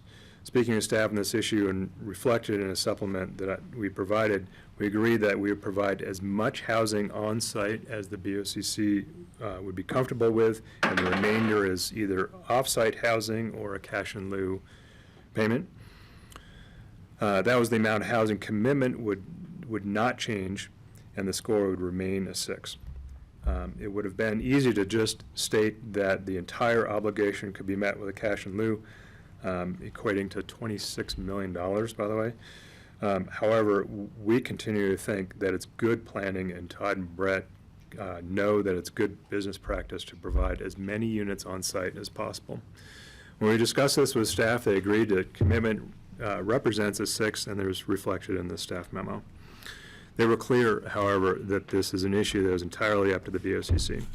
We are still of the opinion that the commitment to house slightly over 130% of the employees generated is an exceptional effort in constituting a score of 6, not a 0. The housing is an important commitment of this project. We would hope to house as many people on site as the board feels is acceptable. We are open to building more, as you heard Richard and Maggie go through. It's a flat site. It's got good access. It's got good water. It has a wastewater treatment facility that's halfway through the state permitting process. So it is certainly a site that can handle more housing. We want to next touch on sound generation. We did some sound testing, and Stuart will come up here in 1 second. The track design has the track lowered into the site, and the existing berms do a decent job of mitigating noise, but lowering the track will definitely help on that score. We did a sequence of sound testing from 6 locations. Stuart McGregor is an independent sound engineer. I've worked with Mr. McGregor on a few projects now, and the sound mitigation measures he's developed have all worked exactly as he has described. I want to be clear on 3 points before Stuart speaks to this issue. Vehicles on this property must have OEM mufflers. There's no running open pipe mufflers, without mufflers. There's no motorcycles that are allowed. There's both a sound issue and also a safety issue for us. And the operation will continue to be subject to county noise ordinance. With that, I'd like Mr. McGregor to explain his testing and his findings. Stuart? Good afternoon. Stuart McGregor, Engineering Dynamics. We did sound measurements at 6 locations around the site. During the measurements, we had 5 of the planned types of vehicles that will be racing on the track. 5 cars racing on the track, sorry, of the planned type of vehicles. So at the 2 locations, number 1 and number 2, are down on Upper River Road and Smith Road. And as you come off the plateau there, all the residences along the Upper River Road will not hear, under normal conditions, any sound from the track. We also had 2 other measurements. Can you go to the next? Yep. 3 and 4. 3 was up on Bullwinkle Circle. Up there, track noise was audible, clearly audible, at about 46 dB. It was not greater than traffic noise from Highway 82. And we had about the same level from truck traffic on going to the Elam site. Over on Site 4, it was inaudible. I didn't hear any sound from the racetrack cars. Go to the next one. Site 5 was at the edge of the plateau, right before you would jump off the cliff. And the sound level there was about 62 dBA, and it was about the same level as the gravel trucks that are traveling on that road, and about the same level as noise from Highway 52. And then we went up on the top of the hill for location number 6. And again, of course, that's right above the tracks. The cars were definitely clearly audible there. And at about the same level as the trucks from the gravel. I had to stress that this site already has a lot of noise exposure from traffic from Highway 82, from the trucks, and most prominently from the airport.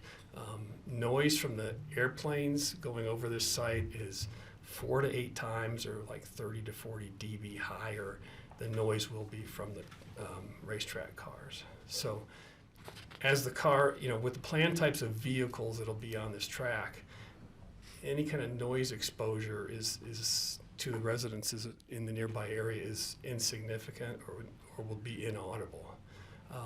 there may be times from wind conditions where they may hear it, but it will be definitely in the same range or less than current traffic noise or other noises. But again, it's significantly less than aircraft noise. Okay. Questions? They may have questions for you after our presentation. Thank you, Stuart. I want to touch on traffic. Obviously, is a big concern. In my experience as a planner, there tends to be mistrust of traffic engineers in general and of traffic reports. I'm not going to try to color this in any specific way, but it is my observation, and I think it's somewhat human nature. What I've experienced is that people don't read traffic reports. If they do, they don't understand them, and if you try to explain to them what's in the traffic report, they don't believe you. So with that, there's a traffic report that's prepared by Diane Coakley of SGM. That's in the application. I'll speak to the anticipated traffic volumes and the various safety improvements that are proposed. Sorry for the chart. Traffic reports are full of charts, and you have a chart in front of you. Raceway Drive is a 2-lane road with 11-foot wide lanes, and the capacity of such a road is about 10,000 vehicle trips per day. That's a national standard. Existing gravel trucks on this road equate to 428 trips per day, and this is taken from actual weight slips at Elam. The 14 housing units represent 192 trips, anticipated trips per day. Residential figures add up quickly in transportation planning, trip planning, because you count every trip in and out. So if you have 2 people living together, they leave for work at different times, they have an Amazon delivery, a cable guy comes by to fix something, and a friend stops by, that's 10 trips because you have the out and the in. The residential portion is 192. The advantage of the on-site housing is that a big portion of these would be trips that could be just walking over to work, so it's not necessarily a vehicle trip. The facility use, the actual track use, was counted as 1 in, 1 out. So in the report, there's no assumption around carpooling or other alternate means for the purpose of the report. So if 25 people use the track, it's 50 trips, 25 in, 25 out. If 50 people come, it's 100 trips. The daily count on the road goes from 428, which is the truck trips, up to 751 trips in a scenario where we have 75 people coming to the track, which is actually kind of a big number, but that's what was used for the report.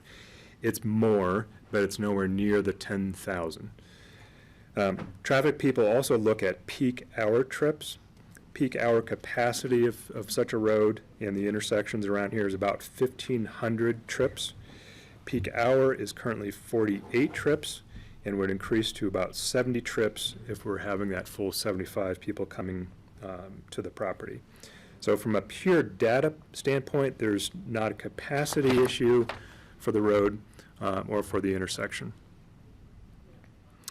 Far more intensive uses could occur on this property without needing to increase the road size.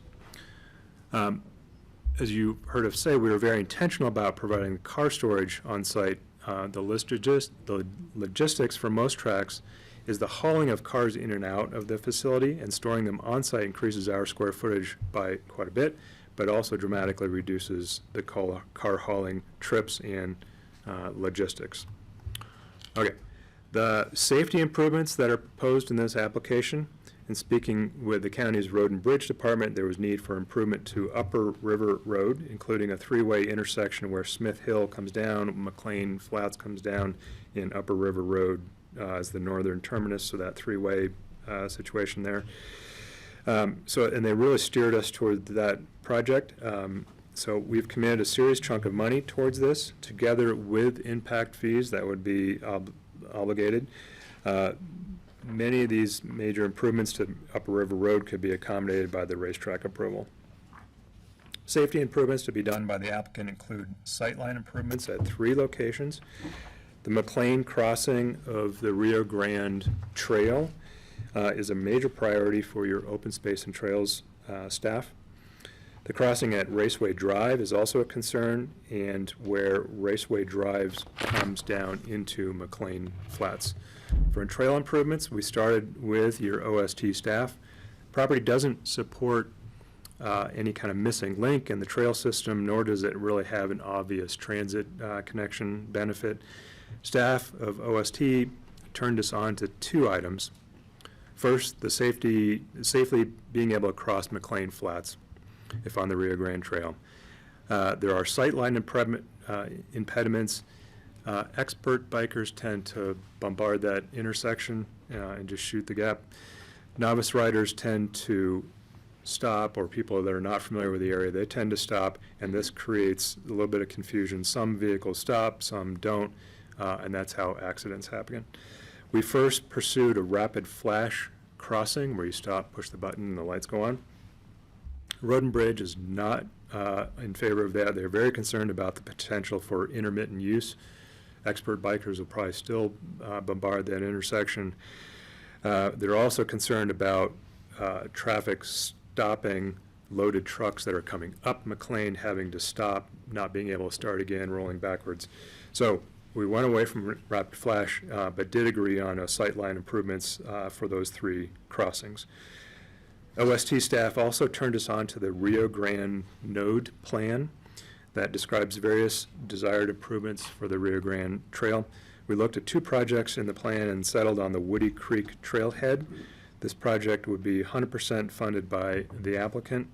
Staff also suggested we look at providing a water filling station along Rio Grande Trail, which we are providing.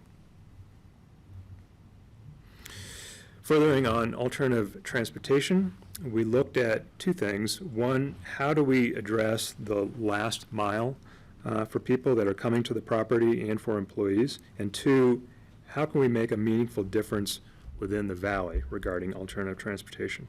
Regarding last mile, every resident would get a free electric bike. They'd also get a free RAFTA pass, zone pass, go anywhere they need to go up and down the valley. The electric bikes are the pedal assist versions that are supported by OST. They're not the motorcycle versions that I know you've been struggling with. To help with the trail use etiquette, which is a big issue that OST is dealing with, they asked us to assist with the Slow and Say Hello campaign, which we did. We also incorporated free shuttle service to and from the track. People will still drive. We can't expect that there's going to be 100% utilization, but we approach this item as being able to operate with no one driving their own personal vehicle to and from the track. To make a noticeable difference in alternative transportation use, we had to look at the larger system. Improving mode split for the people coming to the track pales in comparison to improving RAFTA ridership. Each employee would have free valley-wide RAFTA pass. The project would provide free passes to all residents of Response. When clients show up at the Bruce and Diane Hale shelter in Basalt, their lives are in complete upheaval. And the facility, the Response facility, is right next to the BRT station, and providing free transportation to all residents there would eliminate 1 point of complication for them. There's an ongoing commitment, goes forever. Similar, each new resident of the Red Hill Lofts housing complex in Carbondale, it's a low-income tax housing development, would get a free year of RAFTA ridership. They're 1/8 of a mile from the BRT station in Carbondale. It's really the perfect place for housing development and where transit can make a difference. This, again, is an ongoing commitment. All new owners within the Good Deeds program of West Mountain Regional Housing would also get a free year of transit usage on us. All these efforts are as a way to move the needle in creating lasting transportation habits. And again, they're all ongoing commitments. We've committed to transportation needs of a local employer, Aspen Valley Health. They have a new project that will be coming online within the city of Aspen on the Aspen's east side. It's a 60-unit rental housing project, providing residents with electric bikes to get back and forth to the hospital. as well as a shuttle van for them to be able to get back and forth. Many of those residents will work 7 to 7 shifts, and so having a shuttle van actually works pretty well in that circumstance.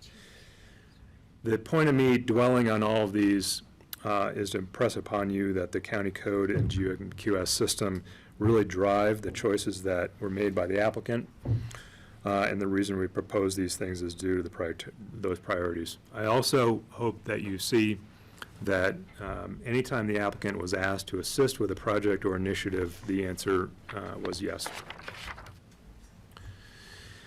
There are a lot of community benefits to this application. I'm not going to go back through them all. We've hit on the top ones. People may wonder why we focus so much on these things, and it really is because of the county's codes as articulated through the growth management scoring process. I want to touch on 3 additional items that we've heard quite a bit about, and I'm sure you have as well. First is the public versus private, and we want you to know where we stand on that issue. As I mentioned in our initial comments, the club has really always been a private facility, but it's also held many public events over the years. You see this in the photos and in people's stories. It really declined over the last decade or so, but it has had that sort of mix in its background. The 1993 county approval recognizes a private recreation club, and we didn't want to disturb that framework. County code generally, and neighbors certainly, tend to not like open to the public facilities that draw a lot of job creation and traffic and overall activity. That being said, we want to be as open, as inclusive as we can be. Todd and Brett have heard from so many that have a story about something that happened on the track or some involvement that they've had, and they want this to continue to be a resource and part of the car enthusiast community. I know in other projects there's been sort of a no tolerance policy regarding attracting people to a site. We've heard both points of view. I'm sure you will as well. But we've heard from many that there's a desire to keep this as an accessible facility, and we've also heard concerns about attracting traffic and activity.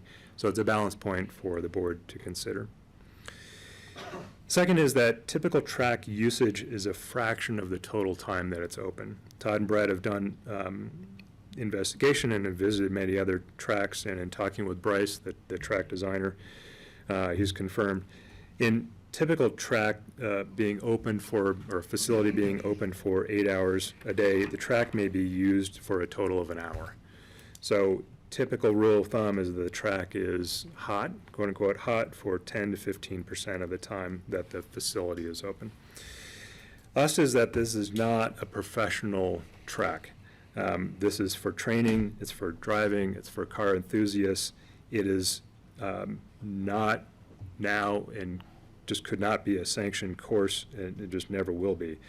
In order to be part of a sanctioned circuit, the track would need to be 4 to 5 times longer, and it's not something that's in our interest, and the physics just isn't there. Todd will speak in a second. I want to finish by saying that I hope this is a conversation.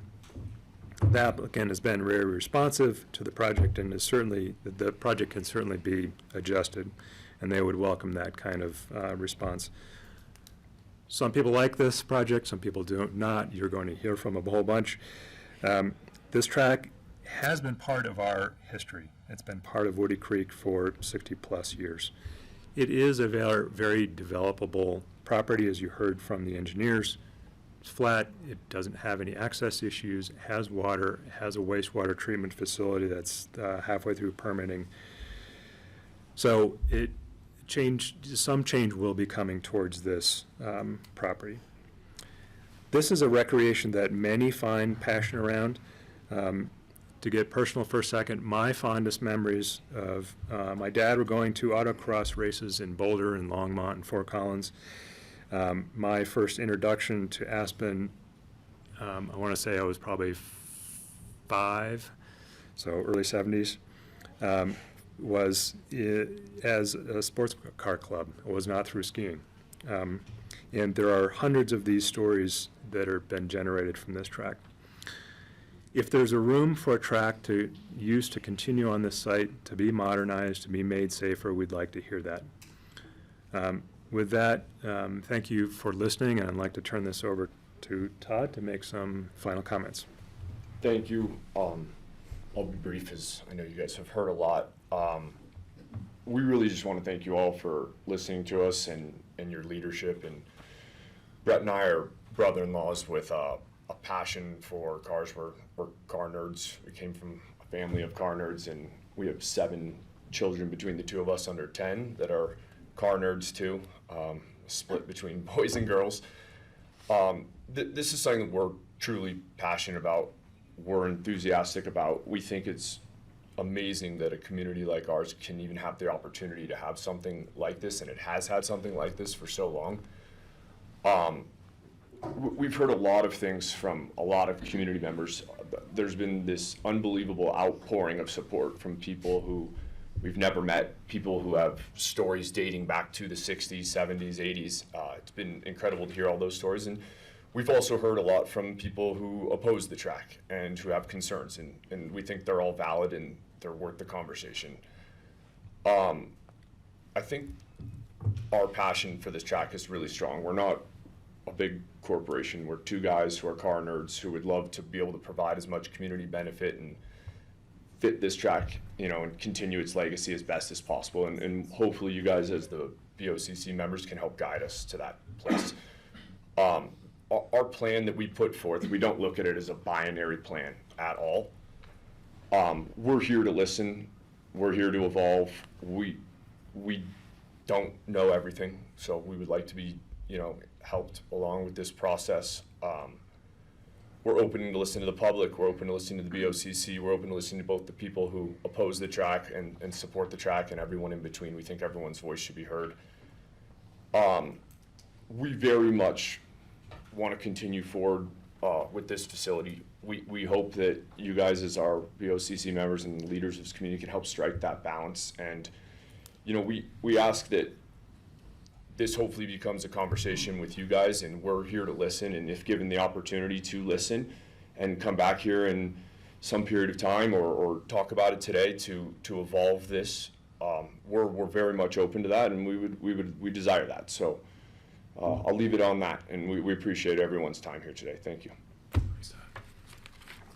Questions for the applicant? Board.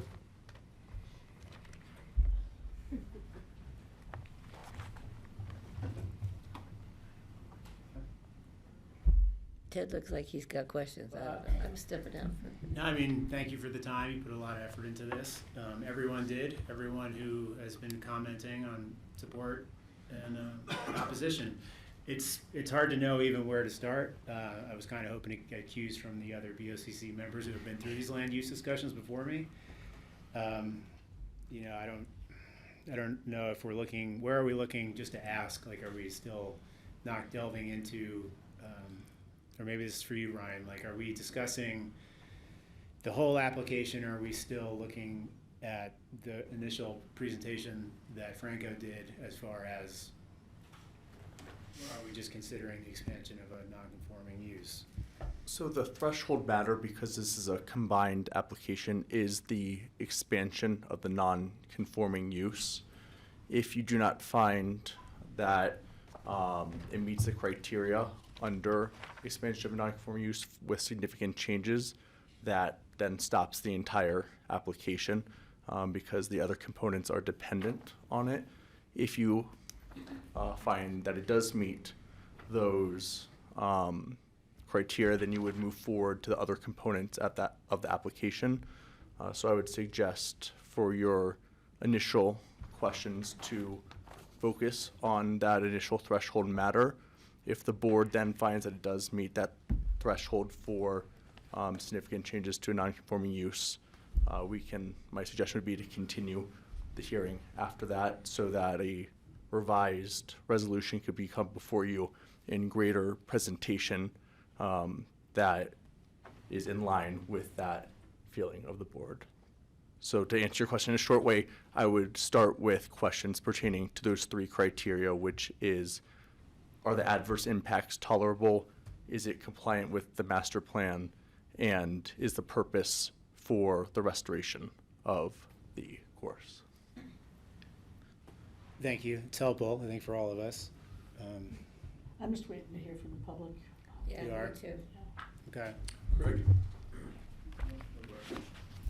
Opening up for public comment, I ask that Sheriff Buglioni, speaking, I think, on his own personal behalf, leads off public comment.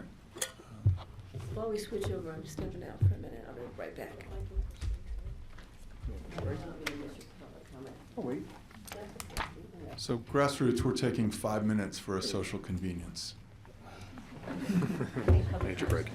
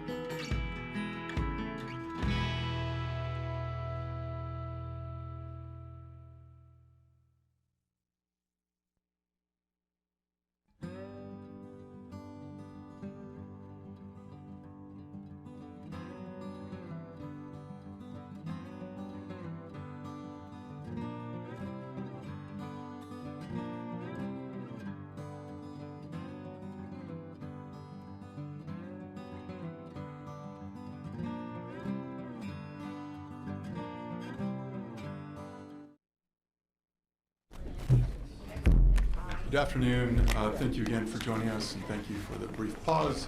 It is 2:24 p.m. It's Wednesday, July 22nd. This is the regular meeting of the Board of County Commissioners. We are on item number 8, which is Raceway Fund LLC, and we are opening to public comment. First up, again, just sort of rules for the road.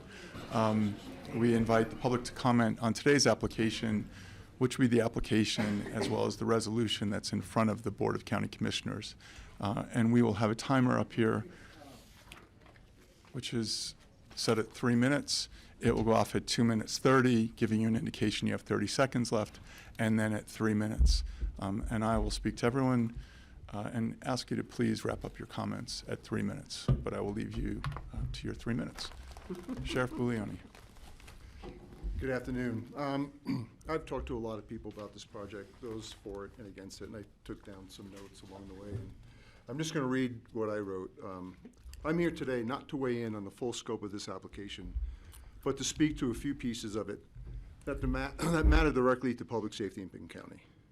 First, the infrastructure, the 450,000-gallon fire water tank, 24/7 hydrant system. The gentleman before me spoke all about it. I won't go through the whole thing. That will help us for the site itself, the neighboring properties, and for our wildfire posture in this part of the valley. Second, the facility itself will give our first responders something we don't currently have, that we have close to home, sorry, a place to train. A track like this supports driving skill training, arrest control, and defensive tactics training. Right now, much of our training requires us kind of cobbling where we're going to do these things, except for, of course, the racetrack. Having it locally means less time and cost and more frequent training for our deputies, officers, firefighters, and medics. Third, the facility will include classroom space for lecture-based training, another resource we currently lack locally for ongoing first responder instruction. There's a community benefit beyond first responders, the potential to offer winter driving and regular driving instruction to local high schoolers, a skill that matters a great deal in this valley and one we don't currently have a dedicated place to teach. I ran 4 years ago on getting housing for deputies. This is an opportunity to get deputies back in Pitkin County and off the I-70 corridor. This will bring them closer to work and be part of our community. As sheriff, I don't have a position on the land use question before you today. That's this board's call. And there are legitimate concerns on all sides that deserve a full hearing. But from a first responder or community safety standpoint, this project offers training and infrastructure benefits that are rare to find at a private development. I'd encourage the board to weigh that as part of the full picture. Thank you. Thanks, Thanks, Mike.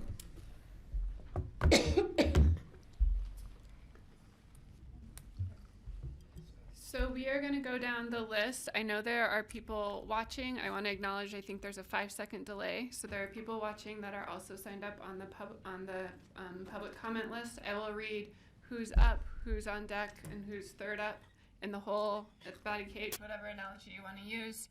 So if you hear your name and you're not in the room, please come down to the room for your public comment.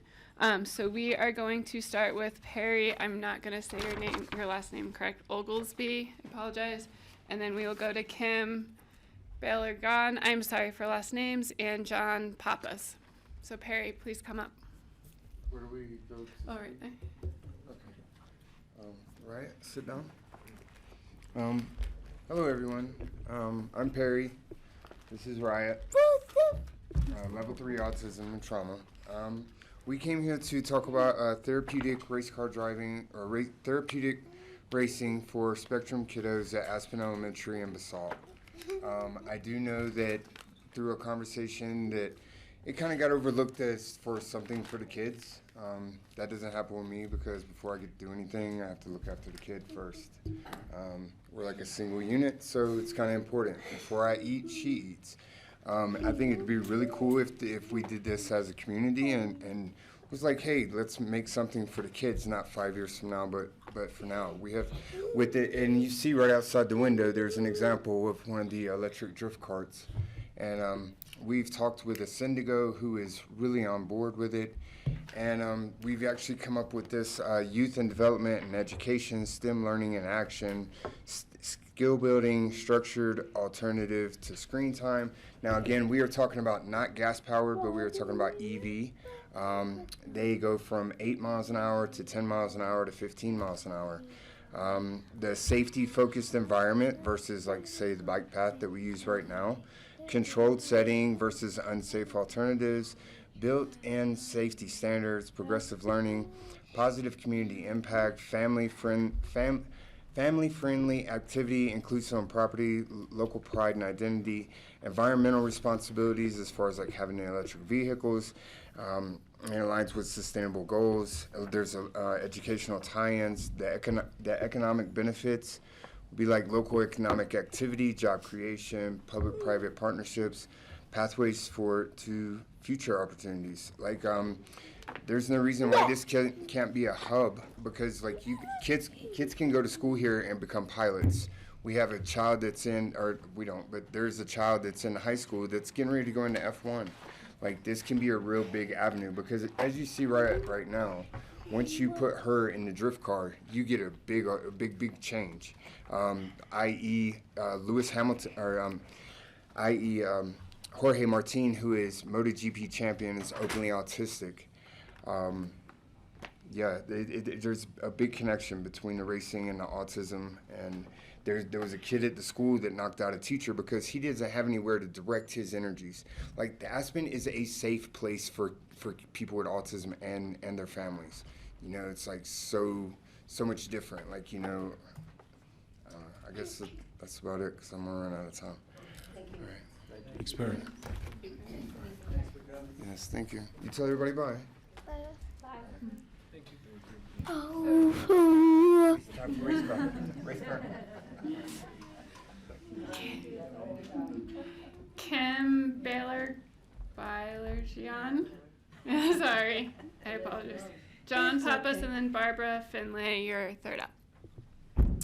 Hi, my name is Kim Bayer-Jean. That's how you pronounce it. Yeah. And I have never appeared before you before, but I thought it was really important for me to support my Woody Creek neighbors. I live in Aspen Village. I've been a resident of Pitkin County for over 40 years. And I've been listening very intently to the presentation of the staff, as well as the people who want to put this race car, build up this race car track in Woody Creek. I have to say, I am a car nerd. I go to car shows. I've been to racetracks across Colorado, as well as ever go to Vernal, Utah? There's one up there. So I do enjoy the sport of race cars, but I really don't think that the size and scope of this new racetrack fits into our community in Woody Creek. We talk about water. Something was mentioned about wells. I wonder if that's going to affect our rivers at all. I don't know how that works, but everything is stressing. Water is a big issue, as you discussed before. I also am concerned about the noise. I hear you talk about, well, you know, it's not going to be any worse than hearing the jets fly over or the Highway 82. But my bedroom in Aspen Village faces Highway 82, and I hear the jets going over. It does get to you. You don't. It doesn't go away. And for me personally, you know, there's no other place where I want to go. This is my home, and I have to deal with the noise, and the traffic and all the things that go with continued growth. But I don't think that this isn't appropriate in the scope that they have presented. I believe that there are some benefits, and I do appreciate what Sheriff said, but they can happen anyway. It doesn't have to be in the scope of what they have presented. The one other thing is I was wondering about, and I know my time is low, is the gas storage. How many gallons? octane, underground, above ground, what is that going to be about? And I think that needs to have some serious conversations. So thank you all for listening, and I appreciate everybody here in the room. Thank you. Thank you. John Pappas. And then we've got Barbara, and then James Doyle is up.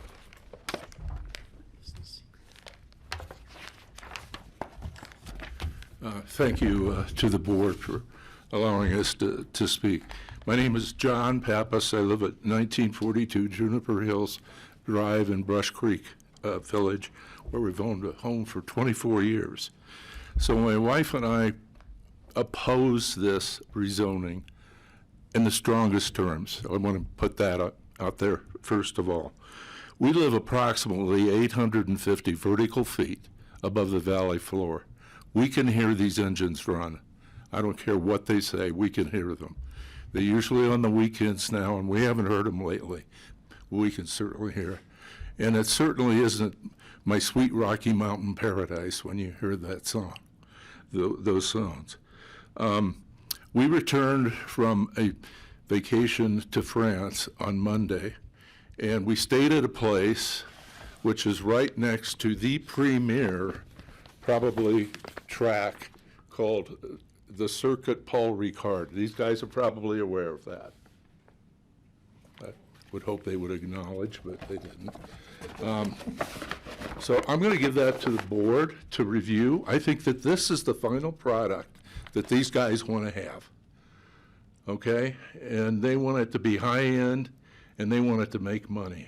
Nothing wrong with making money. Just don't do it in my backyard and make noise. I guess with that, this is the template I think that they're using. Now, you've heard a lot about, altruistic this and that, and the sheriff spoke to, we need places to train. And I don't disagree with those things, but I don't think that is the place, and it doesn't, this is an Aspen, for heaven's sakes. You folks know that. So I'm done. Thank you for your time. Thanks, John.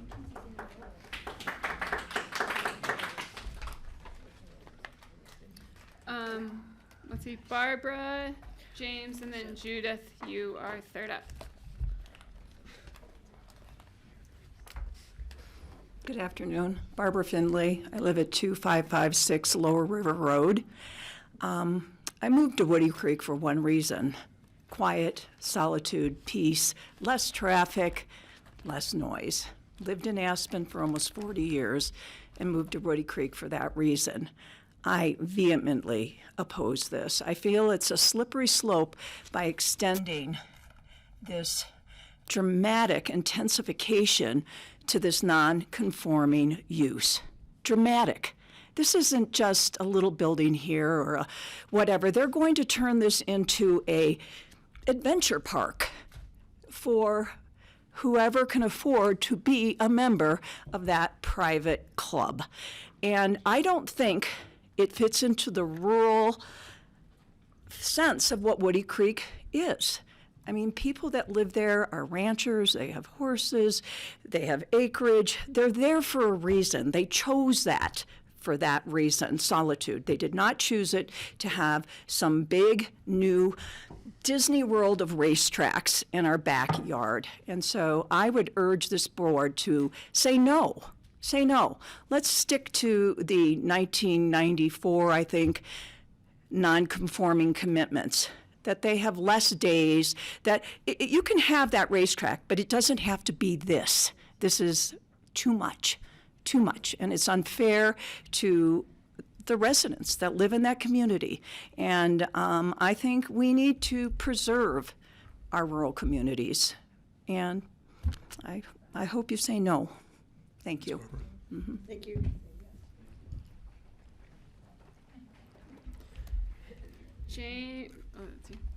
James Doyle. Judith, you're on deck, and then Liam, you're up third.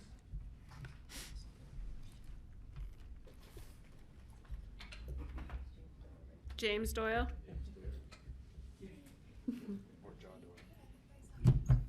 Okay. James Doyle, if you're upstairs, come down and we'll move on to Judith. Judith Cross Shapiro. Okay. Liam Heath. Jack LaCroix and Ruth Harrison, you are up second and third.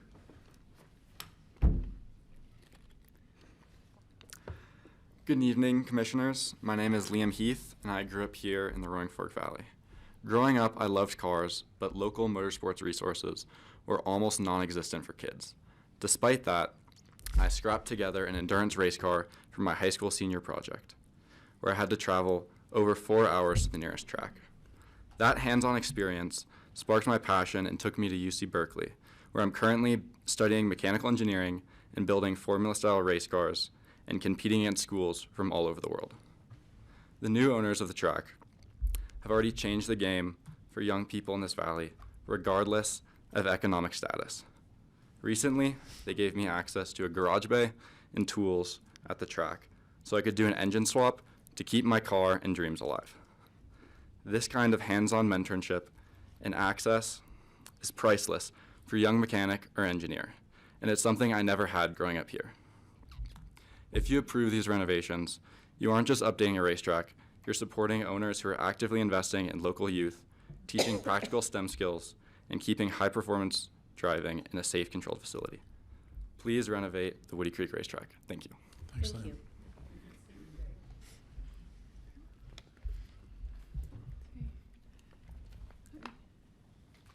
Jack LaCroix. Ruth, and then Trisha Lotus, you are third up.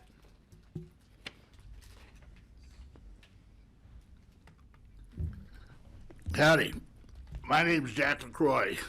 I live on 1584 Woody Creek Road. I've been there for about 40 years. I've lived in Aspen for 50 years, and I remember the racetrack. But the racetrack now, as it stands, is a lot like my house. They're both scrapers. And the idea of what they're going to build, and I don't care that it's just garages, it's almost 250,000 square feet. And when you just say that number and then you say Woody Creek, they don't go together. I just don't understand how we get so far here that we let this go. I can't see but why we wouldn't have rocket rides. It's the only thing to top this. And as much as you want to say about the sound, I'm thinking about my neighbors in Bullwinkle and W/J that bought those houses when the racetrack was basically the containers, and the little broken down asphalt track.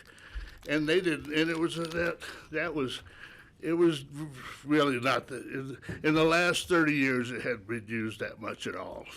It's really gone down a lot. And I just don't think that the development that we're looking at here is just so out of character.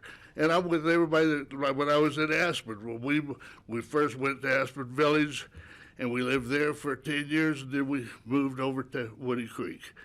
And it was all just so it was quiet. And now we've got Jake brakes and we got airplanes, and to say that this is not going to be any worse, it ain't going to be any better either. And thank you for your time, and I'm out. Nice to see you guys. Ruth Harrison? She left, okay. Trisha?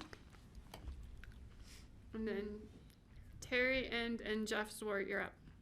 I think Terry left as well. My name's Trisha Luthas, and I just want to say I vehemently do not want this to happen in our valley. I don't need to say anything more than that. Thank you, Tricia.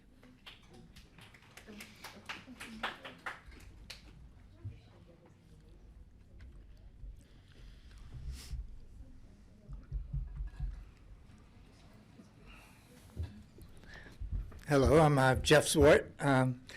Moved here late 80s, and I come from a motorsport background, so that's kind of been my whole life. And when I arrived here, I was naturally became friends with one of our most celebrated racing drivers, Danny Sullivan, who had won the Indy 500 and driven Formula One.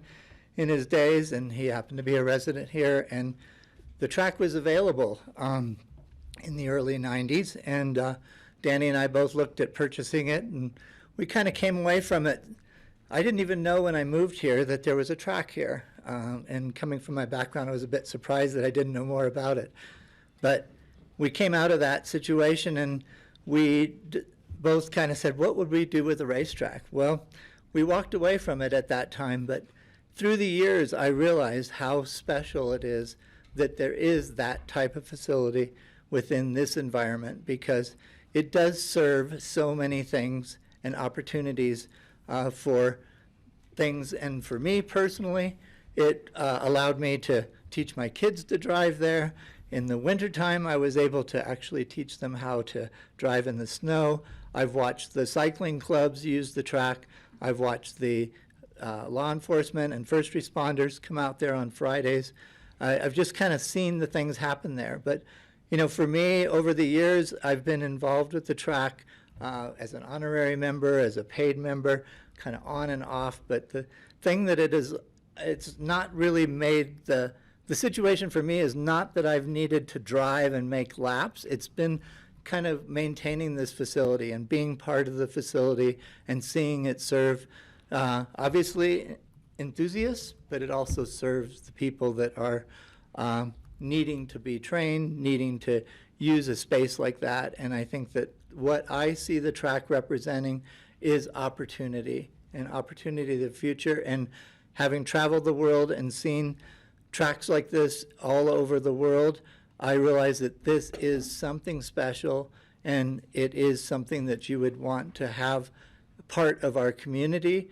And I think that what we have seen as a family and as enthusiasts here, it's something that needs to be developed in some way, but it is something entirely special for our community. Thank you. Thanks, Jeff. Next up, we've got Nancy Pierce, and then Cindy Herndon and John Callahan.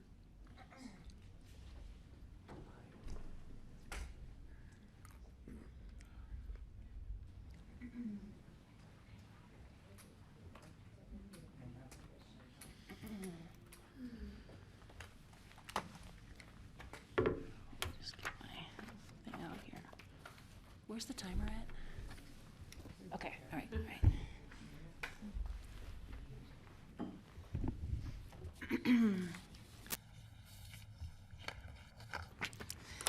My name is Nancy Pierce, and I've lived in WJ Ranch for 23 years. From my property, I can hear, smell, and see the racetrack. My husband and I have deep roots in this community. He owns a construction company, and I've served on the City of Aspen as a public employee for 20 years. And together, we raised 2 children, educated K through 12 in the Aspen School District. I've spent many years volunteering for local nonprofits because I care deeply about this valley and the people who call it home. I know what this racetrack sounds like because I've lived with it. When cars were running on the old track, I couldn't enjoy my own backyard. With the windows open in the house, the constant high-pitched whine sounded like a dentist drill beside my head. It made gardening unpleasant and enjoying my home difficult. And that was with a racetrack that operated 24 days a year under limited hours. Now imagine not 1 race car, but 10 high-performance cars on the track at one time, operating in continuous cycles from May through September, 6 days a week, from morning till evening. Today, the planners confirmed that noise was audible at various points, depending on the wind. That is precisely our concern. We don't want to hear race cars from our houses. Existing noise has no bearing on this application. Will this project introduce new unacceptable noise? Yes, it will. The applicant claims that lowering the track and raising the surrounding berms will adequately reduce the noise. But that sound doesn't stop at the top of a berm. It travels upward and outward into nearby neighborhoods. Ed Metalman of Snowmass, a 35-year sports car racing, says that race weekends typically run Friday through Sunday with sprint and endurance races scheduled from 9 a.m. to 5 p.m. This would mean that groups of cars totaling 10 or more, or totaling 80 or more, would be continually grinding, squealing, and roaring around the track most of the weekend. The Open Space and Trails Board raised concerns about negative impacts to the trail system due to increased traffic and noise, degradation of air quality, and an increased carbon footprint. I quote their summary. The negative impacts of the capital projects outweigh the positive elements of the applicant's commitments and are incompatible with the trail use and conservation values preserved in adjacent open space properties. The Pitkin County Ecological Bill of Rights recognizes every resident to be free from excessive noise. This proposal would undermine that right by introducing persistent race car noise into a peaceful residential neighborhood. I ask you to deny this application. Thank you, Nancy.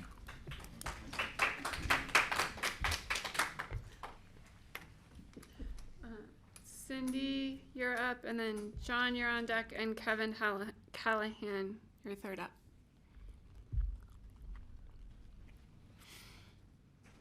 Good afternoon. My name is Cindy Herndon, and my family and I live in the W/J Ranch neighborhood on Lower Bullwinkle. Our home is among the several homes directly adjacent to the raceway. I'm not going to take time to restate all the valid reasons why this application should be denied. I want to speak today as a representative of my family and my neighbors who are unable to be here because they're working full-time jobs and caring for aging parents. We work in jobs at the airport, in construction, retail, hospitality. We work in real estate, accounting, and provide health care. And that's just my immediate neighbors. We serve this community by volunteering, donating, and participating in many ways. I say this not to boast, but I emphasize the commitment that all of our families have to make this a great place for our families and a great place to raise our families. What I'm hoping to do today is to put a face to all those who will be adversely affected by this racetrack expansion. Adverse by impact from more noise, more traffic, and most importantly, more risk. As the recent wildfire at the racetrack proves, driving race cars around a racetrack that already exists creates risk for wildfires. And it's just basic math. Driving more race cars more often around an even larger racetrack equals even greater risk. Yes, we have an already noisy neighborhood. Please don't make it any worse for us. My father worked for the Forest Service for 35 years and on fire crews in the summer. He would always remind my family that fire is not a force to be played with, and that it's incredibly dangerous and also extremely unpredictable. No amount of precautions or tanks of water can stop a fire if conditions like the wind are at work against you. And we have a lot of wind in our area. The only thing that will help is prevention and eliminating as much risk as possible. If you approve the request, you increase the risk of us losing our homes that we've lived in for decades. Homes that we've invested in, where we've planted trees for lost loved ones, we've celebrated milestones and holidays, and where we've watched our children grow up. I'm asking you on behalf of my family and all of my neighbors to please decline this request. Thank you for your time, and thank you for serving our community. Thank you. Thanks, Cindy. John Callahan. Kevin, and then Kathleen, you're up. Kathleen Callahan, sorry. Kathleen and Kevin will not be here. Okay. Hello, my name is John Callahan. Thank you for taking our comments today. I've been a Woody Creek resident since 2017, and prior to that, an Aspen resident since 1965. I wanted to speak several points here. Size and scope was obviously, as presented by the county staff, way beyond the current zoning. I don't think it's even close to, should ever be considered a project like this in the current zoning that we have. The developers are trying to present this as a community benefit. I think they're making some pretty weak efforts to throw us some bones. You know, oh, we'll have these different benefits that some people have already kind of talked about. They don't stand up to the size and scope of this project. It's not going to balance out what they're doing. You know, they say we're going to have shuttles and e-bikes for members to use to get there. Does anyone in these rooms even think that someone who has a membership there and has a race car there is going to get in, you know, go to Ruby Park and get on the bus out to the Intercept lot and catch a shuttle, you know, go race their cars and shoot their guns at the firing range and, you know, maybe have some drinks afterwards and then get back on, you know, ride the e-bike back to Intercept lot?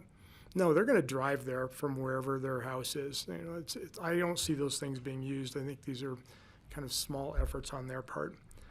The developers did not address events.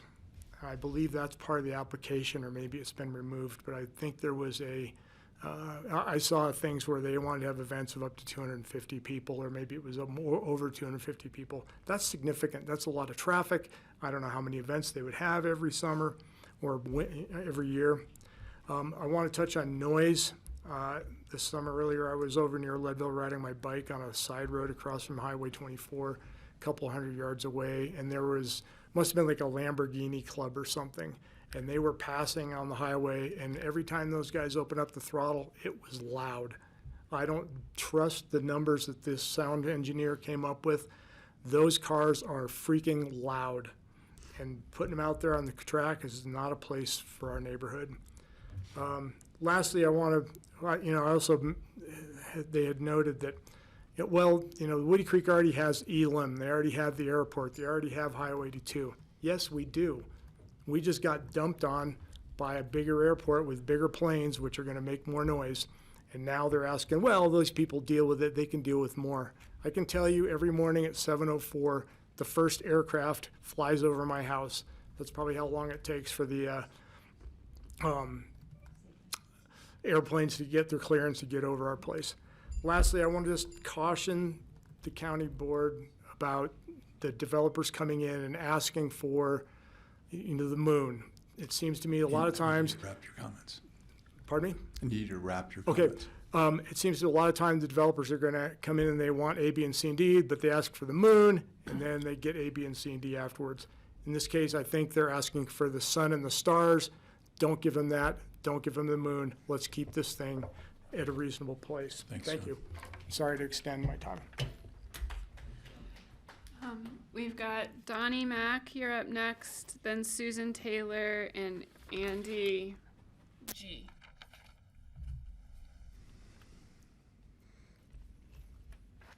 Donnie Mack. Did you say, I'm saying tenor, is that one of the names you used? No, sorry, Susan Taylor. She was next door earlier. I think Okay. the people in other rooms aren't hearing us. There's a 5-second delay. I'm not sure they can hear the name. Yeah, they can hear in the other rooms. I'm Donnie Mack. I represent the Woody Creek Metropolitan District. I don't think that we've considered or heard about the construction activity, and the impacts have not been considered. The scope of this proposed development will continue for 3 or 4 years. Vehicle traffic on River Road from workers and equipment will increase and be constant. The traffic will generate noise, be a danger to our children traveling to and from school. The additional activity at Woody Creek Tavern will impact our infrastructure and wastewater treatment plant. Finally, the Woody Creek community rejects an amusement park for elite non-residents in our bedroom community in its entirety. That's it for me. Thanks, Donnie. Susan, you're up, and then Andy, I apologize if I'm not reading, Gunton, and then Jay Mayton. I'm Susan Taylor. I live in Woody Creek. I think you all know that. No surprises here. Oh, really? So, you know, this application is not about preserving an historic racetrack. We know it's historic. You know, it's been there since the 60s. It's been there since before housing has been there. You know, it's not a question that we have that. But, you know, we're not really preserving that racetrack. But this is about using a grandfathered use to justify a massive expansion that Pitkin County's land use code, master plans, and home rule charter were designed to prevent. You know, the racetrack is a non-conforming use. No one disputes that. The proposal is a private motorsports resort with 250,000 square feet of new development. We've heard about the extensive infrastructure that's planned. Basically, the new racetrack is a self-contained city.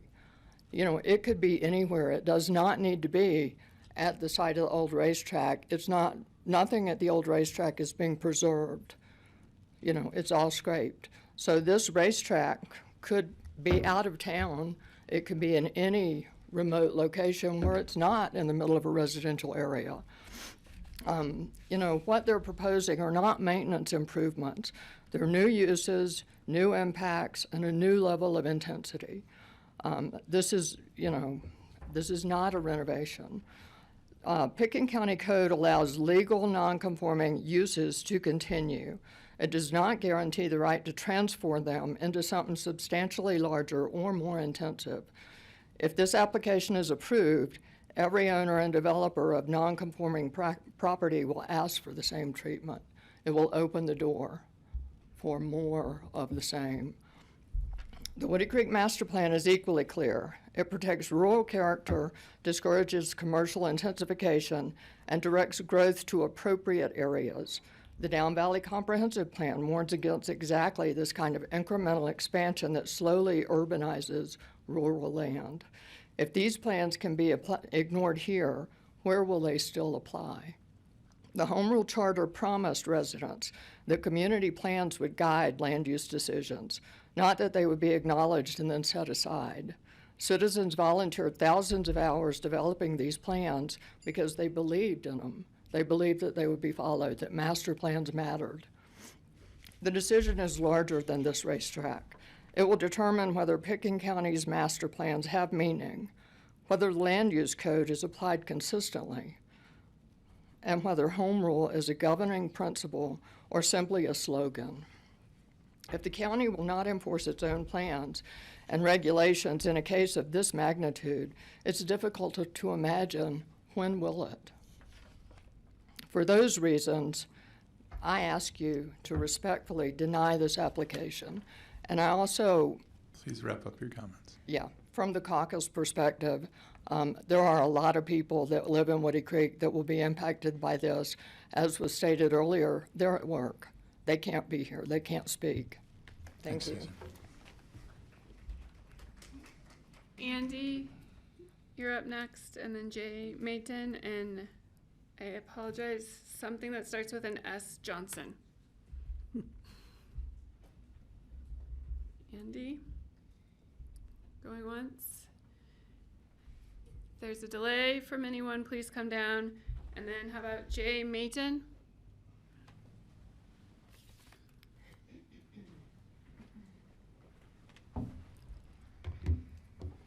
Hi, everybody. My name is Jay Mayton. I live at the North 40 at the ABC next to the airport that I appreciate you guys approving. You guys are in a pickle. This is a tough one. I chaired HPC. I've done land use review. I've sat on boards. You have a land use owner, right, who has rights. You have the staff who has documentation, and then we're here because nothing works and matches, right? So you guys have to make a decision. I think the decision today, due to all the information given, is continuation. Okay, that would be the fair. But let me talk about a couple of things. Everybody keeps, you count on the zoning, right? The zoning is so important. RS20, I've heard it a bunch of times. When they put that zoning in Woody Creek, they did it haphazardly. Okay, there was no forethought there. The trailer park is RS20, Little Texas is RS20, everything's RS20. The commercial places are RS20. So a bigger project might be to figure out what the zoning should actually be. The racetrack is next to the quarry. It's a commercial zone. The road serves those two properties. The quarry supports the project. From a tall view, like 29,032 feet, we have to decide how we can work together with the community to make this work. I think there's like 10 caucuses in Pitkin County. I read all the letters online last night, and I've been here for all the comments so far. Only one caucus has stepped up as an organized group to make a comment. And Pitkin County encompasses a lot more land than Woody Creek. And people talk about privatization of this parcel, right? This applicant, and I've met with Todd, has talked about bringing the community, disabled veterans, shining stars, a Rotary auction item, AVSC, what Sheriff Buglioni said, cars and coffee, car shows, first responder training, first responder housing. So he's going to expand the public access to this property. He's made, there's no reason not to believe him. It's not a racetrack, it's a car club, okay? There's no race cars. Race cars are what Jeff Zwart drives with no spark arresters, open exhaust, loud cars. And the noise complaints from the neighbors, I think, need to be pointed out. Nobody in this room or in this meeting was here before the Woody Creek Racetrack. Nobody owned their land there before the Woody Creek Racetrack, okay? Or the gun range that's in across by Cozy Point. So when we talk about noise, I think about it like this. Remember that guy that used to be in Aspen that had the dog with the cat and the mouse on top of it, right? And he used to walk around and entertain people. This is like putting a guinea pig on top of the cat before the mouse. It's not going to create. Your comments, please. It's not going to create anything else, and we actually have the sound data to prove that. Thank you guys for doing what you do. I appreciate it. It's not easy. Continuation due to all the questions is the right decision today. Thank you so much. Okay, I'll go back. Andy, did you show up in the room? Okay. Audrey Graham. I'm before her. What's your, sorry? I'm Cezanne Tenner. Oh, I couldn't read that. Please come up. I was going to work on that name. Thank you. Audrey's not going to be here, that's why Okay. I know. Okay, I'm Cezanne or Sazy Tenner. I live in Brush Creek, and I was here. I bought my house in 1991, so I was here before the 93 variance, or whatever you call it, was created. I kind of want to start with, well, first off, I'm Cezanne Tenner. I live in Dr. Whitcomb's original house in Brush Creek. I also sit on the board of the Brush Creek Landowners Association, and I have been contacted by about easily half of the people who live in Brush Creek, and I've been a participant in the board meetings, and we are here to oppose this application vehemently. Not one person was for it. I actually do have a 1973 911 Porsche Target, and I love it. And it puts off 90 decibels of sound when you drive it, and it's OEM. So that's its normal sound. And the people in Brush Creek can hear the existing race car use, and they object to it. I talked to the man who spoke, Mr. McGregor, about the sound test that he ran. He did not run any sound test in Brush Creek. He does not live here. He lives in Denver. And so I asked him about the state ordinance. I would like to draw to your attention which this would violate from my general reading of it. I'm a tax attorney. I'm not a person who reads state ordinances on sound, but it's prima facie evidence that it would violate the state ordinance. And the Pitkin County ordinance appears to me to be violated as well on the decibels. So sound is a big problem. I also want to talk about what is another issue, which is fire, it's kind of been talked about a little bit. And by the way, they did not run a test even in the locations where they were with regard to the rifle range. So they haven't tested this yet. There is a machine that's used for this specific test, and it could have been done. From a fire risk, I was here during the solar farm analysis, and one of the things that came up was lithium batteries and whether or not insurance companies would continue to insure houses in this valley if there were substantial lithium battery storage facilities. I did go up for the little meet and greet last week, and I asked a couple questions about it. I'm totally, I question their battery storage place. And what it is going to hold. I have brought the letter that was done for the solar farm from 1919, so you guys can have it, where Glenwood Insurance contacted the underwriters for Chubb and for several other large companies that underwrite insurance in this valley, and they said it would affect their willingness to continue to insure property here if there were lithium battery storage. I'll end with one comment, and that is I live by the mantra of John Stuart Mill, which is the government should intervene with a citizen's actions to prevent harm to others. There are a lot of us in that others category that will be harmed by this. We hope you will vote against it. Thank you. Thank you. Thanks, Susan. I want to go back up to, I apologize, I can't read the whole writing, but S. Johnson. Okay, we will move on to the next row. Carl Hanlon, and then Rosemary Kelly and Rob Cortez. Cortec. How did I say it? He's in the other room. Oh, okay. Rob Correx, thank you. Nope. There's Carl. Feels like the delay is a little bit more than 5 seconds. Okay, Sorry. no worries. Everybody's jogging. Hey. Good afternoon, Commissioners. Carl Hanlon, attorney here in the Valley on behalf of the Woody Creek Caucus. You have a letter in the record from us going through a number of things. I want to thank you for the time today and have just a few things to add. First, I wanted to thank staff. I do a lot of this. That was an amazing staff report that was incredibly detailed, really walked you through what you need to know. And I think that level of detail is just fantastic. So I really wanted to say thank you. I do want to point out at the beginning of the applicant's presentation, I think something that's critical for you to think about is that they said, we're actually not going to address the code. And I think that's telling, because the code and how it is applied is what you, making land use decisions, have to live by. And the reality here is that they can't meet the code, so they didn't address the code. And I think that is important for us to think about. As a threshold matter, Resolution 93-134 controls the limits as to what this project can be and how you view any expansion underneath the code that is allowed. So if you take yourselves back to 93-134, it is a very simple racetrack.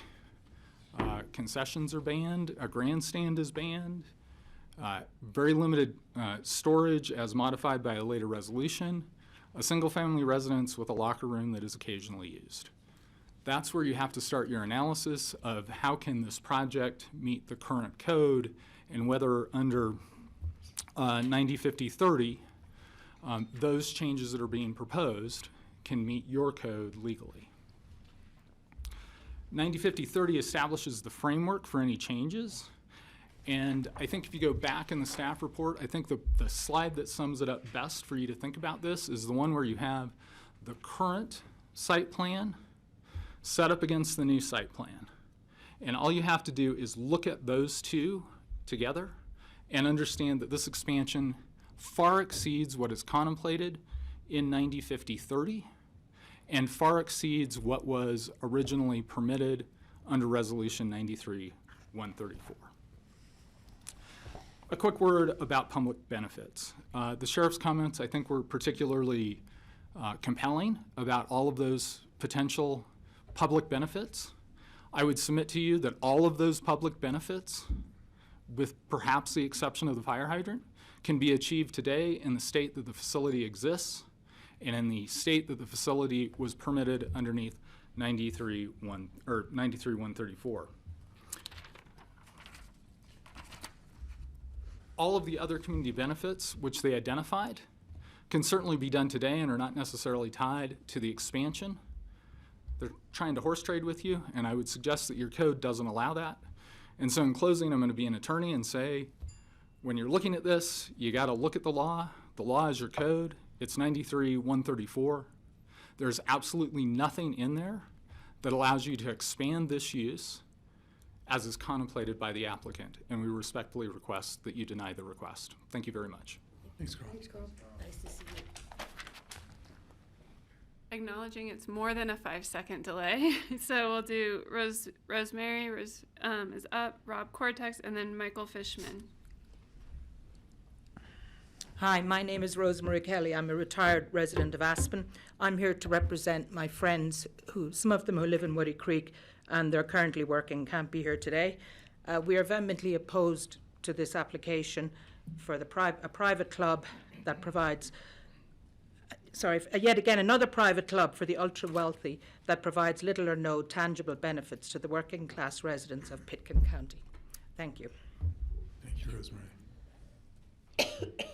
Rob Kortek, Michael Fisherman, and then Michael Fishman, and then Melanie Buchholz. Hello, I'm Rob Koratz, and I appreciate the opportunity to speak today. I've been involved at the racetrack for 20 some odd years and have been a member out there, and I've seen the huge public benefit. I've seen the impact of having our sheriff. I've seen the impact of emergency systems that have been able to use the track, and I've seen in my own personal experience the training. I go back to the young man that sat here a bit ago who was in college and talked about his experience, and we all understand the importance of STEM. One of my own sons, and we have 8 kids that grew up at this racetrack, became a mechanic there, worked summers there. He's today involved in aerial firefighting as a result of his experiences at the track specifically. What I've learned sitting in the room next door for the last 3 hours and 15 minutes, there's a lot of emotion in this room, and there's a lot of emotion particularly we're not hearing in this room, in the room next door. And this is a highly charged issue. What I also heard from Todd is that they're willing to listen. And I also heard a great report from those in the staff that presented their findings and so forth. I would urge this Board of County Commissioners to kind of pause, take a breath, and really take the time to understand what changes might be able to be made. I fully support what it is that the new owners of the track would like to proceed with, but just based on the highly charged emotions, I would encourage everybody to just take a breath and maybe have some time to meet and reconvene, perhaps at next month's meeting, to better understand what can work for the community, which I respect, but also the great work that I think Todd and Brett and his team are doing. I also really want to applaud the work by the consultants. I know the emotions sometimes don't allow us to really reflect on what the facts are, but I think the consultants presented a lot of really good information that needs to be listened to. So thank you. Thanks, Rob. Thank you. Michael Fishman, you're up, Melanie Buchholz, and then Wayne Etheridge. And I want to make a point for those that are online. We will go through those in the room for public comment, and then we'll go to online, but we've got a long list to go through still. Michael Fishman? Thunder, or is it people moving tables? All right, Melanie Buchholz?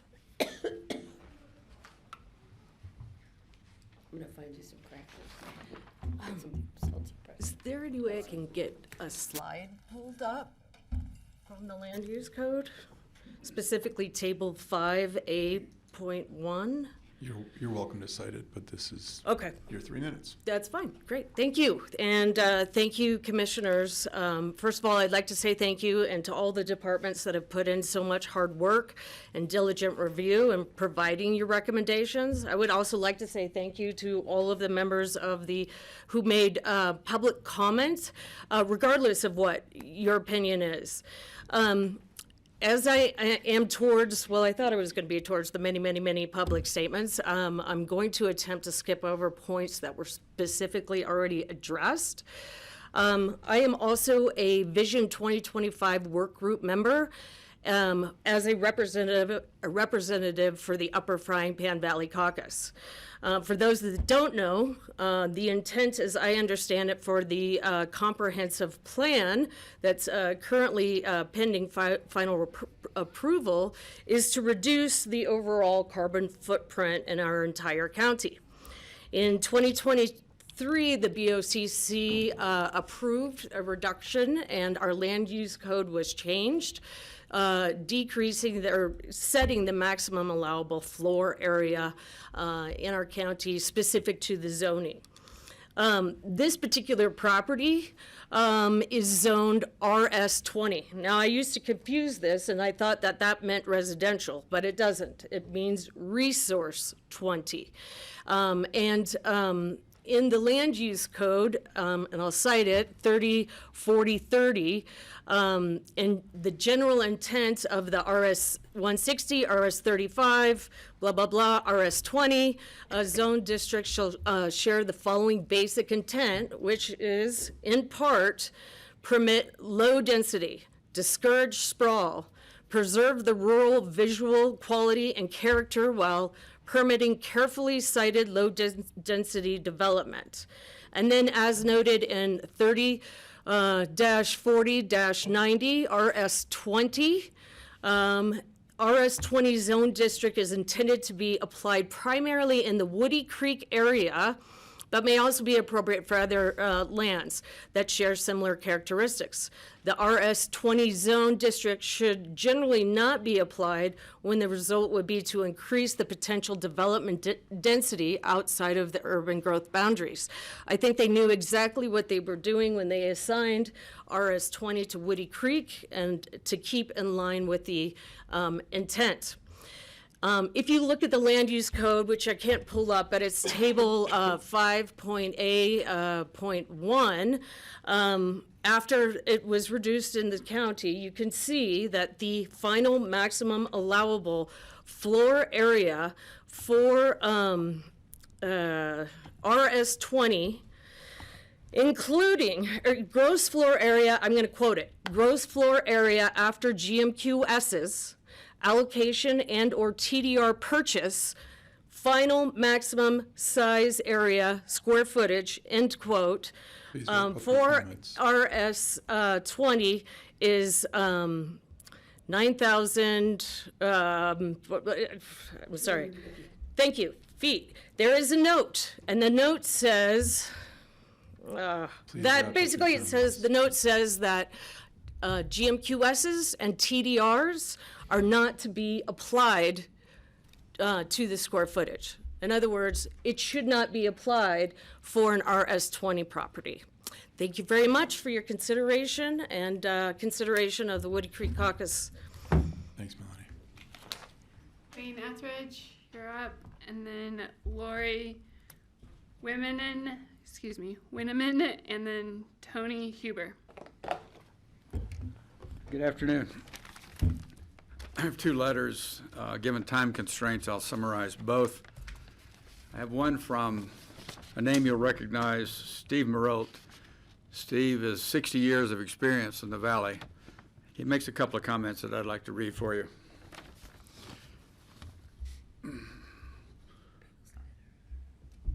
I want to close on something bigger than the racetrack. I'm skipping ahead here. This is not a repair of the old track. This is a new industrial scale use dropped into a residential zone area that did not exist when the track was born. And I'll ad lib here at this point. The applicant's attempt to compare the existing racetrack to their development is like comparing a rowboat to an aircraft carrier. The impacts of this development can't possibly be measured adequately because it's like unlike anything the county has ever seen. Steve goes on to say, I want to speak for the animals that can't come to this microphone. Let me offer a comparison that I think is a fair one. Right in the middle of town, we protect Hallam Lake, a 25-acre nature preserve where no one in Aspen would ever dream of putting an industrial use next door because every one of us understands what that would do to the wildlife. That instinct is correct. So I would ask you, why would we do the very thing in Woody Creek when we would never allow that at Hallam Lake? I'm not a biologist, I've not taken a census, and I won't pretend to, but I've lived across from that land for years, and I can tell you what I've seen with my own eyes out there. Elk and deer, foxes and coyotes, badgers, bears, bobcats, mountain lions, even moose, and everything on down to lizards. They move in and out of the corridor freely. It's one of the last places left around here where they still can. Excuse me. And when those cars run, it all empties out. When it goes quiet, it comes back. A conservation easement, which is what the property between W/J and the racetrack is burdened by, should stay wild in perpetuity. You can't keep a promise on paper while driving the wildlife off the ground next to it day after day for the enjoyment of a few. We need to get back to core values, community, environment, and wilderness, because they're the whole reason any of us fight for this place. I respectfully ask the board to deny this application as proposed. I'm chairman of the joint boards of the W/J Homeowners Association and the Metro District, and I will summarize my comments. This has been submitted for the record. The proposed racetrack has impacts Pitkin County can't possibly measure, particularly given the extraordinarily cavalier approach to the Pitkin County's land use code by the developer's representatives. For example, the response to one of the most important criteria in the code, section 1-60-150, compatibility with existing adjacent neighborhoods, the applicant's planner responded as follows. The applicant has discussed the project with the Woody Creek Caucus District Planning Commission both prior to and after submission, along with multiple members of the Woody Creek area. Please wrap up your comments. This is not a serious response to one of the most important land use criteria development is expected to meet. On behalf of the homeowners in W/J, I support the staff recommendation. You did a fine job on that, Franco, and I recommend that you deny this application summarily and finally. Thank you. Thanks, Mike. Thank you. Lori, you're up, and then Tony Huber, and then Yana.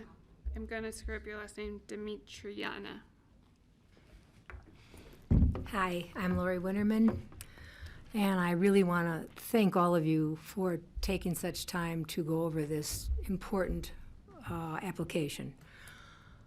I've grown up here since the mid-'50s as a young child, and this racetrack has been basically my father. Everybody used to play around and have fun. And then when my husband joined with the person who bought it from the doctors, they had at one time 35 members racing and making noise, and never in the 34 years up until this purchase was there one letter of aggravation or please stop this or any. And I'm telling you, the first responders were amazing, the kids from school, the young mechanics. I'm begging you to please work with these people and try to keep it or improve what it was, because it is a community asset. It is a private it's always been private, and I don't think the public knows this, but as private ownership, if they are turned down forever, they literally could offer this to a nonprofit, and you could have hundreds and hundreds of employee units there, and we have nothing to say about it. So I'm begging you to please work with these people and try to improve what your application is, because it has been a wonderful community benefit. And I'm telling you, when the firemen had to come to my house in town in the winter, God bless it, they could train at this track and not crash into my neighbors. I thank you for listening. Thanks, Lori. Tony Huber, and then Yana and Derek Mitchell, you're third up. Hi, thank you, everybody. My name's Tony Haber. We're in a moment right now in Aspen where there's a lot of the buildings are airport, view line, the Gant. They all need their next rendition, their next life, and that's the same thing here at the racetrack. You have two people who are willing to listen and hear what you have to say. They're not coming in like, this is how it has to be, you know, you either take it or leave it. They are part of the community. They want to bring joy. They want to bring next generation. They want to bring family together. So I'm saying to you, take your time, continue the conversation. They're listening, they're willing to make adjustments, and let's have a next rendition of what's been there since 1963. Thank you. Thanks, Tony. Thank you. Yana, I apologize if I'm not getting your last name right. Dimitriana. Derek Mitchell. And then on deck is John Doyle. Hello, my name's Derek Mitchell. I built a house over there in 20 years. I have the undubious living closest to this racetrack. I've watched the elk migration go through there. It seems like nobody's wanting to talk about that. And the fire contention is really concerning to me. I like cars. I built a house there. It was next to a racetrack. I understand that. I'm not against that. But the size and structure of this is beyond comprehension to me. And I find it very odd. I am just here to express my concern and hope that you will deny this application. Thank you. Thanks, Derek. Thank you. John Doyle, you're up. Then Nicholas Donahue and Belle Brandt.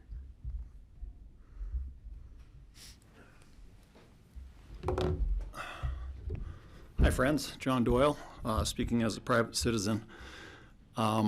Great presentation from staff. Thanks. I just wanted to point out this is a request for a variance on a variance that pulls this project even more non-conforming than it already is. Auto racing is a niche sport. I've lived here for 46 years and I have never been to the Woody Creek racetrack. I'd be interested to know how many people in this room have.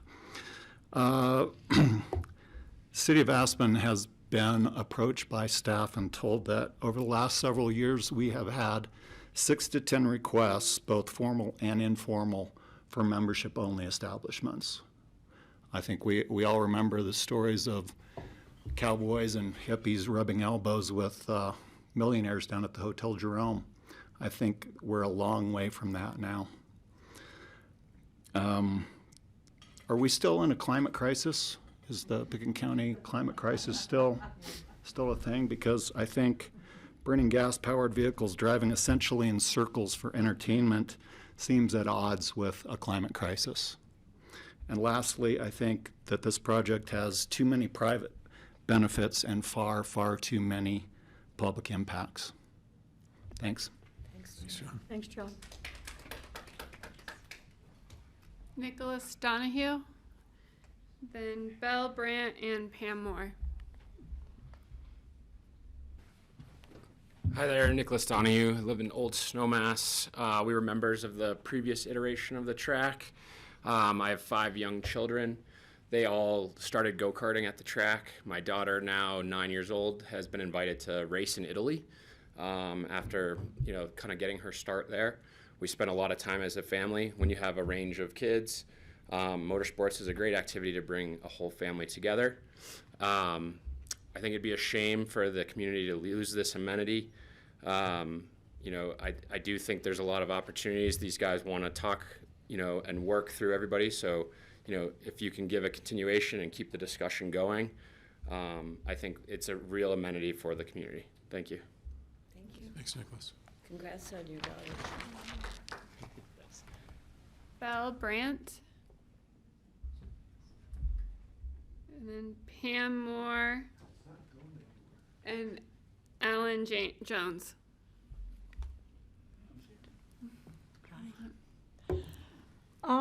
I'm Pam Moore. I have lived in Aspen since 1956, and I amazingly did go to the racetrack back in the day and found it to be incredibly irritating as a kid, and had to listen to it as I lived up on McLean Flats. I thought it was very interesting that Lori Winterman noted that nobody had ever complained about it. I can't imagine that that's true, but here we are, many of us, being very concerned about this kind of impact. And the history, getting some idea of how the racetrack has been used and contributed to our community is very interesting. This size and scope and the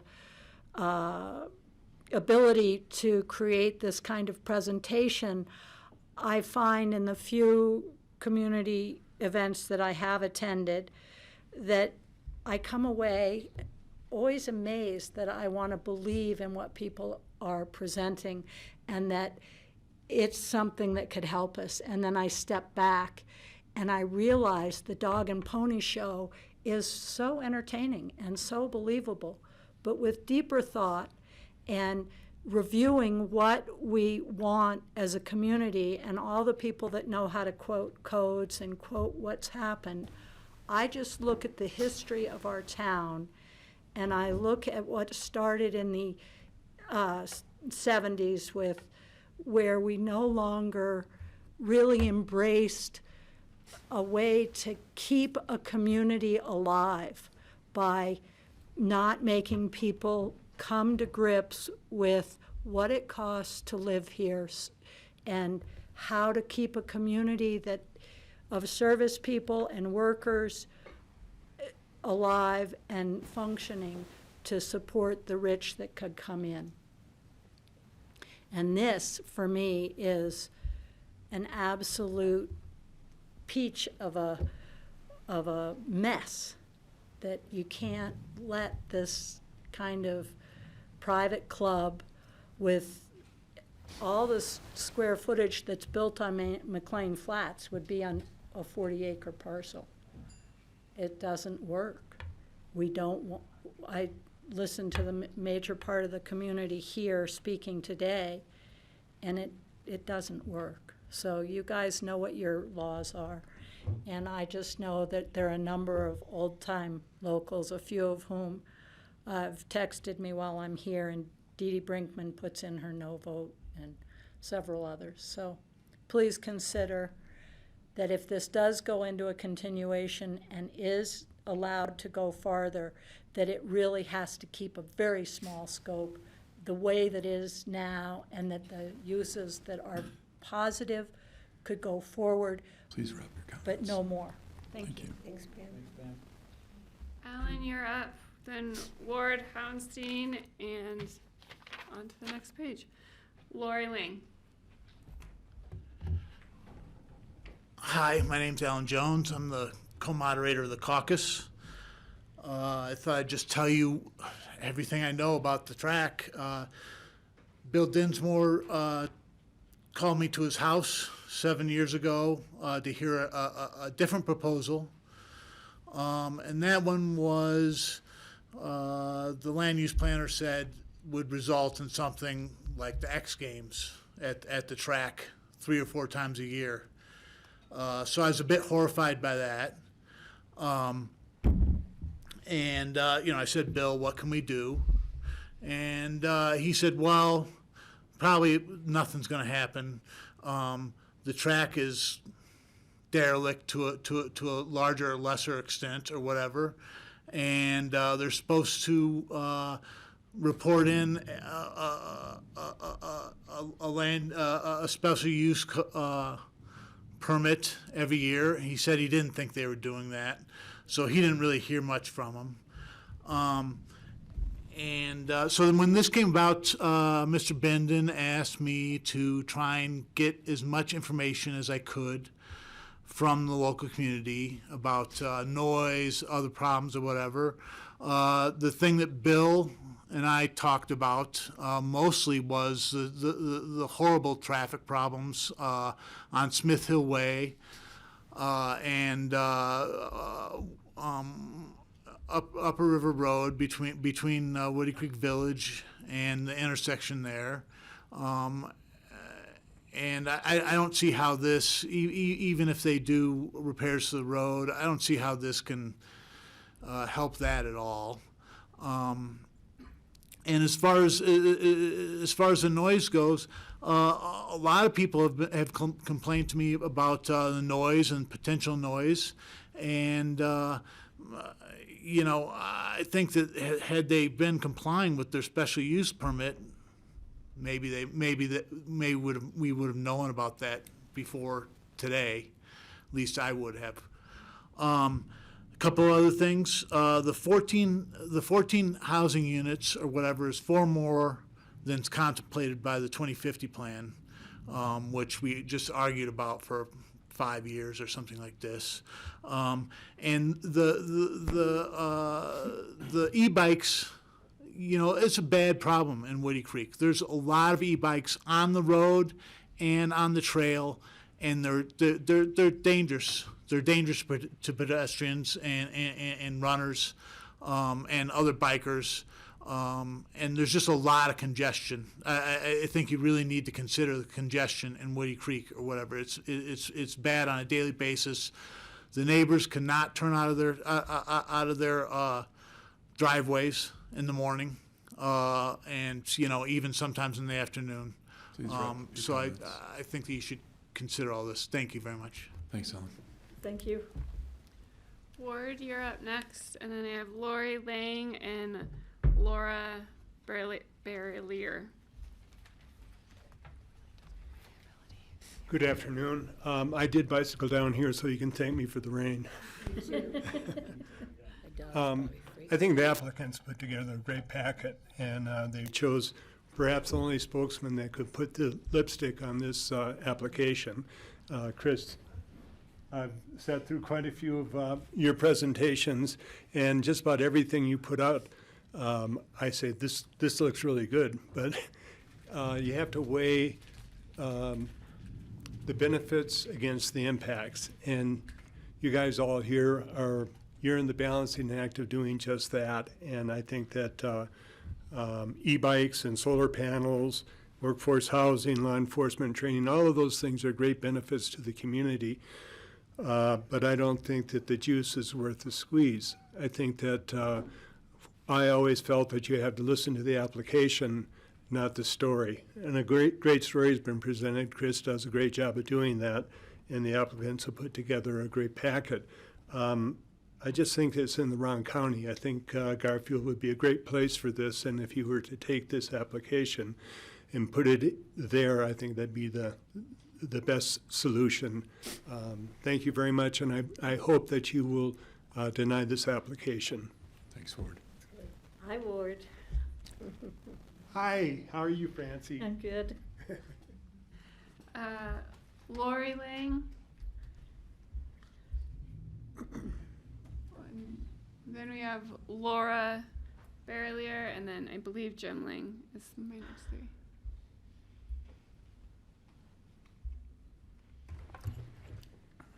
Hi, I'm Laura Beaulieu, and I own a home and 2 cabins in Woody Creek, which I inherited from my mother, Janet Schoberlein. Some of you might know Janet because she was so active in the Woody Creek caucus until she died at age 92. She was very active in developing the Woody Creek Master Plan, and she was committed to ensuring that Woody Creek stayed a community that was welcoming to people of all income levels. I'm taking time off work today because I consider Woody Creek a home and part of my family heritage. And I am currently living in Woody Creek in our home. I believe that my mom, Janet, would have opposed this project. It is not consistent with the master plan, with the rural character of our community. And plain and simple, it increases a non-conforming use of a facility that has a right to be there, but not a right to expand in the way that is proposed. It would deteriorate the quality of life for everyone in our community. Sound, traffic, and environmental impacts are significant. And there hasn't been a lot of talk about the shooting range, but that, along with the racetrack, would have a significant impact on people, pets, and wildlife. It would hurt our community, not help our community, to expand this usage. And I hope that you will deny. Thanks, Laura.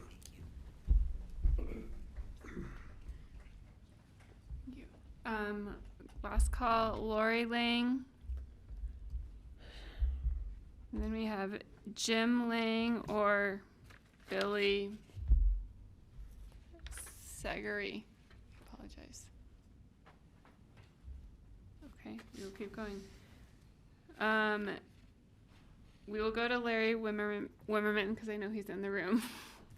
And then otherwise, Kirst Bendel.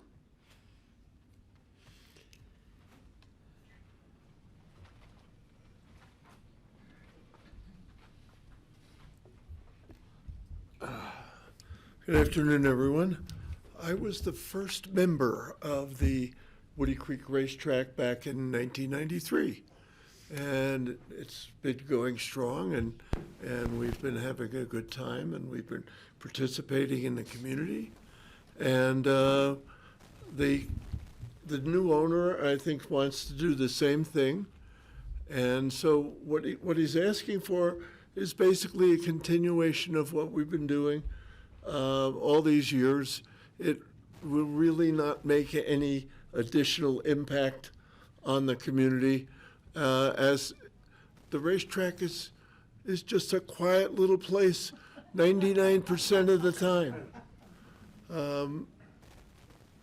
I mean, if you go out there any particular day of the week, you'll find that there isn't anything happening at all. So I think you should approve his request, and I hope you all have a wonderful day. Thank you, Larry. Thank you. So I apologize. Kirsten Bendel is up. Or Jeff Bayer, or Gail Bayer. Or Michael Fox. And while Michael's approaching, obviously we're taking all comments in the room first, and then we will go online. So, thank you. Great. Thank you, guys. My name is Michael Fox, and I'm here representing the Brush Creek Landowners Association and the Brush Creek Caucus. We agree with county staff that the proposed expansion of the racetrack is completely out of scale with our community. This is not a modest recreational facility. I actually 100% agree with Larry that it never was in operation, or rarely before. This takes it to a daily 5-6 days a week, 6-8 months a year racetrack. This is not a modest recreational facility. It's a massive private industrial motorsport complex and gun range proposed on land zone RS-20, which is an area intended for low density activities. We've lived in Brush Creek 19 years. I have never heard a truck coming out of the quarry in my 19 years there, but every time there's a single car on that racetrack, it sounds like an old-fashioned leaf blower in our backyard. And that's one car, a few days a month during the summer. Now imagine 8 cars running all at once, 5 days a week for most of the year. That's like living next to a permanent leaf blower, backed up by a jackhammer, augmented by 3 chainsaws. Add to all of that an active gun range, which I can't even imagine what that would sound like up on the hill. Secondly, fire risk is another serious concern in our caucus. In 2018, the Lake Christine fire, started at a nearby shooting range. It burned approximately 15,000 acres. There was a fire just last week on this racetrack. And that's one car once a week, twice a week driving around. Luckily, it was extinguished quickly. But had that spread to the surrounding dry vegetation, the outcome would have been very different. It could have easily, with the wind blowing in a different direction, been catastrophic for Brush Creek, W/J, Woody Creek, and all the surrounding neighborhoods. I think a lot of other points have been made, and so I won't make them, but on behalf of the Brush Creek Landowners Association and the Brush Creek Caucus, we ask that you deny summarily this application. Thank you. Thanks, Michael. Okay, go back. Kirsten Bendel. Some thunder. Jeff Bayer. I will call a couple and see who comes up. And if you hear your name, please come into the room. We also have Mick Ireland, Wayne Ducati, Stephen Ostitsky. If any of you are up or hear me, please come into the room. I'll keep going. I apologize for. We haven't. Oh, sorry. Come on up.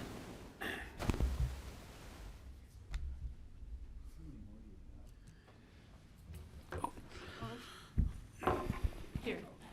Yeah. Hello, I'm Wayne Ducote. I have a house in Aspen and in New Orleans. I'm a charter member of the race car club, and I was one of the sellers.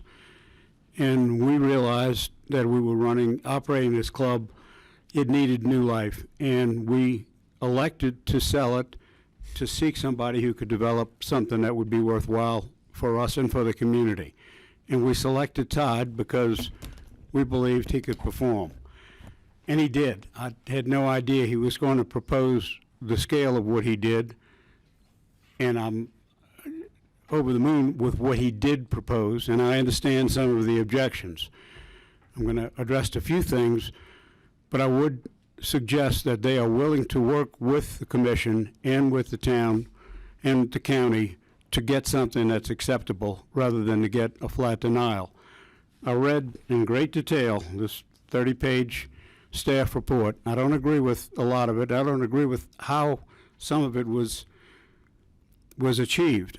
For example, they gave him no points for employee housing on the point system because it was in a multi-family unit rather than individual.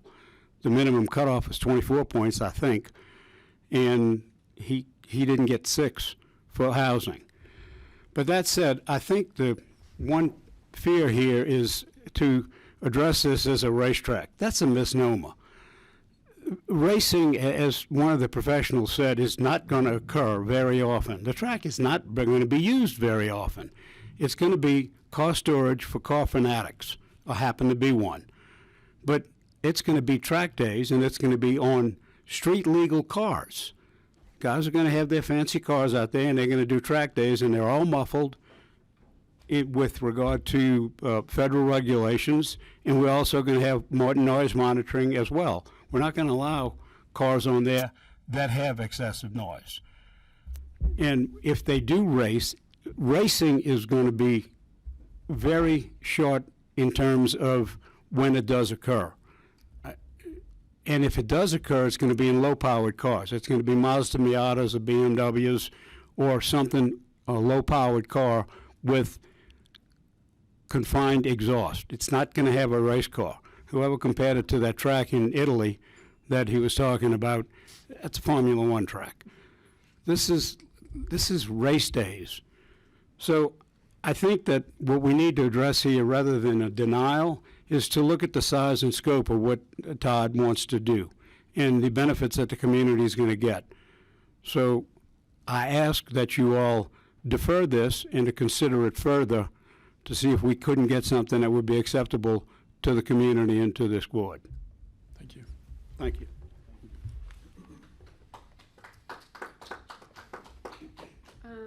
Okay.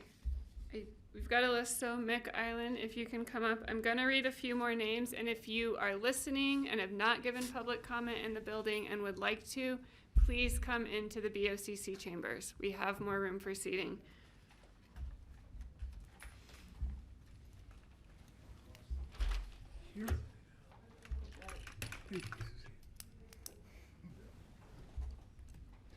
Hi, my name is Mick. Hi, my name is Mick Ireland. I'm not here in a representative capacity for any candidate, cause, or client. I'm here on my own behalf. Sure. I live at 515 Independence Place, which we share with 30 voters and some kids, in a total square footage about the equivalent of one garage that is proposed here.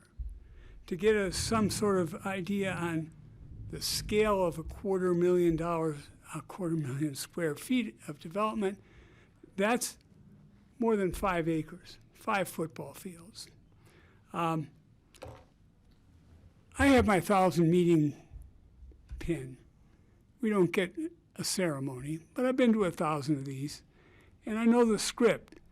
Ask for the moon, then throw a few wampum on the table, settle for Manhattan. That's the process that's being proposed here. Well, maybe we can cut it down to 200,000 square feet. Well, maybe we'll give 2 days a year for some nonprofit. You may have noticed, if you've been here for a while, and I think all the commissioners have been, things here tend to morph. A few tables of wine becomes a $5,000 a day wine festival, food and wine, and Art Gala becomes an exclusive week. Polo becomes a local event, and guess what? Locals aren't really invited. They're tokens, they're backdrops. These things are not decided on code sections. Code sections can be interpreted in a lot of ways. I've done it. I've written it. But what you have to ask yourself, I think, in connection with this application is, what is our identity as a community? We were, for many years, known for, cited as, an outdoor, somewhat egalitarian resort known for open space, protecting the environment, preserving wildlife. We are being invited to be groundlings now on our own stage. Poor players providing a backdrop for brand new LLCs rooted in Manhattan and Delaware. Raceway Fun is a little over a month old. That's its roots. Its roots in Delaware and Manhattan. We can do better than being Monaco in the mountains, a brickyard for indie wannabes, a symbol for fossil fuel excess. We can do better than that. You as commissioners can answer the identity question by not kicking this can down the straightaway so that, oh, well, here's some more trinkets for the natives if you approve this. We have another package of trinkets. We'll build a couple more affordable housing units. On the affordable housing question, staff rightly did not get to that question because the threshold wasn't met on expansion of a use. The fact is, our code, the city code, Snowmass code, does not account for the ancillary housing demand caused by the increased use of a gala or a celebration or a wine week. All those employees that are generated Please wrap up your comments, Mick. off-site are not counted, and you, we, me, my neighbors will have to deal with additional demand for affordable housing. Mick, please wrap up your comments. Please vote no and deny the expansion. Don't kick the can. Don't continue this. Say no. Start us on the road, the track, to an identity that we had and Thank you, should Mick. have. Thank you. Thanks. I will continue to go down the list, and if you're in the room, please step up. So Stephen Ostitsky. Okay. Richard Weiser-Bicky.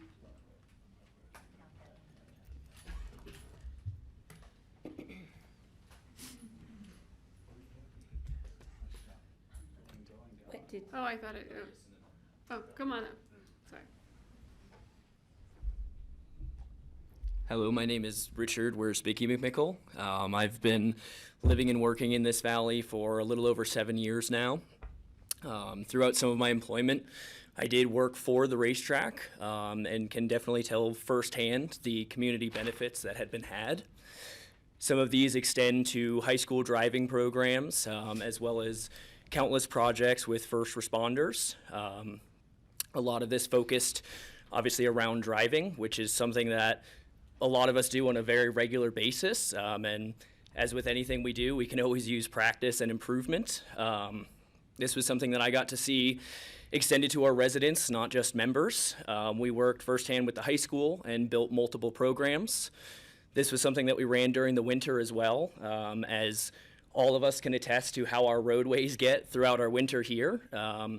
That was a major benefit that we were able to offer to the teen drivers who are very new to driving, and to go out of there with less than a year of experience and see kind of the conditions of the roads that we experience on a regular basis, to be able to equip those children with the skills and knowledge to approach the roads confidently, to control their vehicles, and to create a safer environment for everyone around here. This is definitely something that, as has been stated, has a lot of energy behind it on both sides of this discussion. And I would really like to urge both sides to continue to work together on this, to find more ways that this can be a benefit to our community, and to continue this conversation so that something that has so much history here and has already provided a lot of benefits, I definitely think it is worth continuing these discussions to see how much more this can become a benefit. And I would highly urge everyone on both sides of this discussion to continue working together until we can find something that does improve this valley and improves services for our residents here. Thanks, Richard. Thank you. Mark Thompson, and then I have Kelly Potter, Sheridan Semple.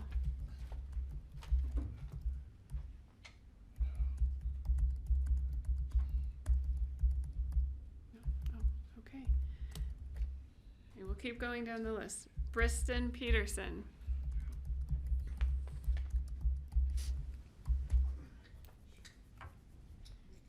Hello, Commissioners. My name is Briston Peterson, and I'm the owner of Brycor. Over the past 40 years, we've had the privilege of developing and building more than 300 projects throughout Pitkin County. Today, Brycor employs 54 people here in Pitkin County, and we are proud to contribute to the local economy and to the community we have called home for many years.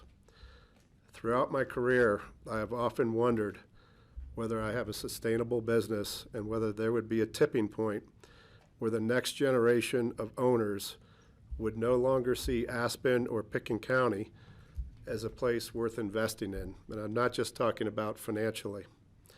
The cost of becoming part of this community continues to rise. And it takes people with vision, and it takes people with a genuine long-term commitment to invest and participate into our community. Todd and Brett are those people. They stepped up and acquired this track. Public record, they paid $17 million for this piece of property. They're pot committed. They are all in on this project. And I hope that the community is all in to share the vision and find a common ground. They are fully committed to this community, not just financially, but personally. They are good family members, responsible stewards of our valley, and are generous supporters of local charities and organizations. They have chosen to make Pitkin County their home, and they have demonstrated that they are investing in its future. You know, I've been part of these conversations in Pitkin County, Eagle County, Garfield County, and it's always the developer versus the community. What you have here is two gentlemen that are 40 years old that want to lean into the future of this track. Working alongside Todd and Brett throughout this project, I have seen firsthand how they approach every decision. Time and time again, they were presented with opportunities to reduce costs by eliminating features or scaling back improvements that primarily benefit the community. Every single time, they chose the better solution instead of the least expensive solution. They have consistently taken the high road because their goal has never been to build the least expensive project. It has been to build the right project for the community. After building more than 300 projects in Pitkin County, I can honestly say that there are very few owners consistently choose to spend more to benefit the community. Todd and Brett have exactly done this with this application, this process. Their vision for the Woody Creek Racetrack extends far beyond maintaining a private facility. They are investing in the future of a unique community asset for Pitkin County. Their proposal includes employee housing, significant Your comments. safety improvements, and upgrades that will help develop the next generation of drivers in a safe, controlled environment. In closing, I recommend that you extend and you actually have a work session with the development team and find a common ground. Let's not let this asset disappear from our community. Thank you. Thanks, Preston.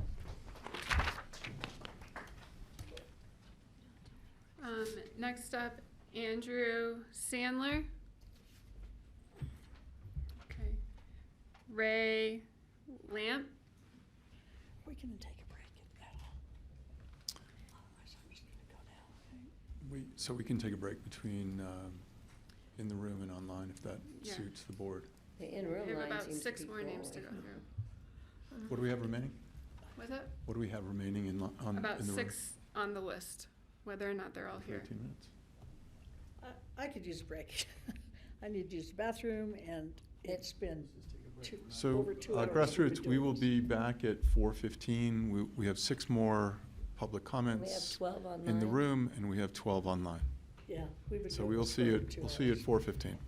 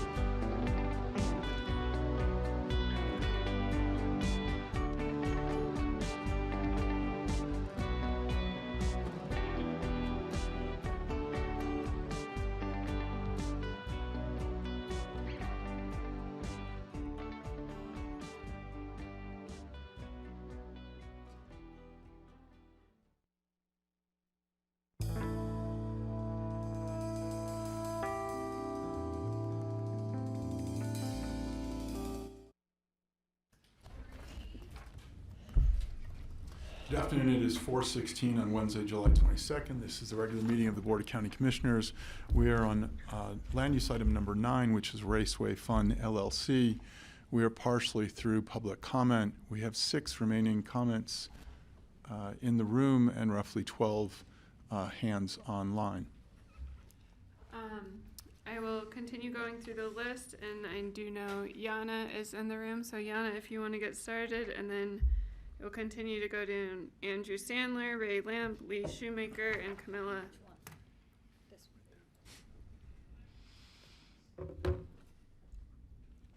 Well, hi. My name is Yana Dmitrieva, and I live in Brush Creek Village. My address is 1450 Medicine Bow Road. Well, I'm trying to be quick because it's been a long meeting. I just want to say that I've been listening for a bunch of negative comments, and I don't think it's as bad as it sounds. I personally see a good opportunity for young children.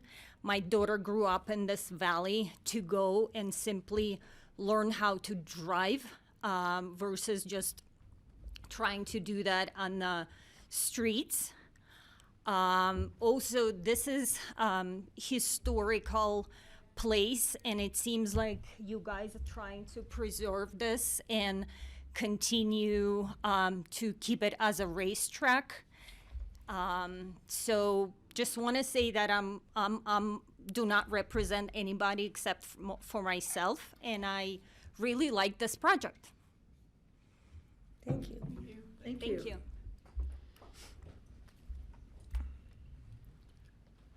I will keep going down the list. So Andrew Sandler,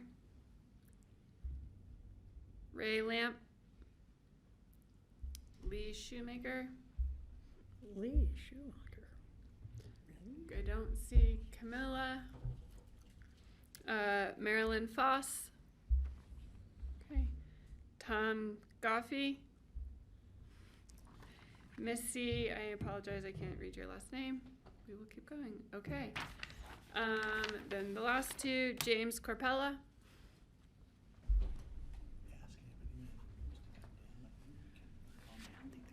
Okay, I'm here on behalf of the 15 homeowners of the White Star Ranches. They are the neighbors immediately to the south and east of the racetrack. You've heard from the W/J residents who are also adjoining the racetrack. I'm going to reiterate some of the same concerns: noise, scale, activity level, big impacts to the White Star Ranches homes. They asked me to come here on their behalf. It's 15 homeowners.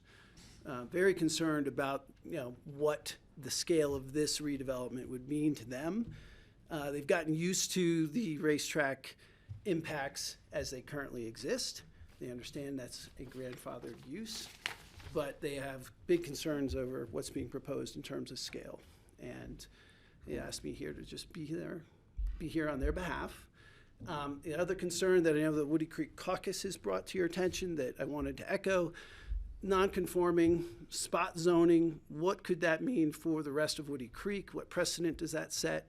And the White Star Ranches wanted you to hear that and echo that concern. So thank you for your time. Thank you for what you do for the community. And good luck with this decision. Thank you, James. Thanks, James.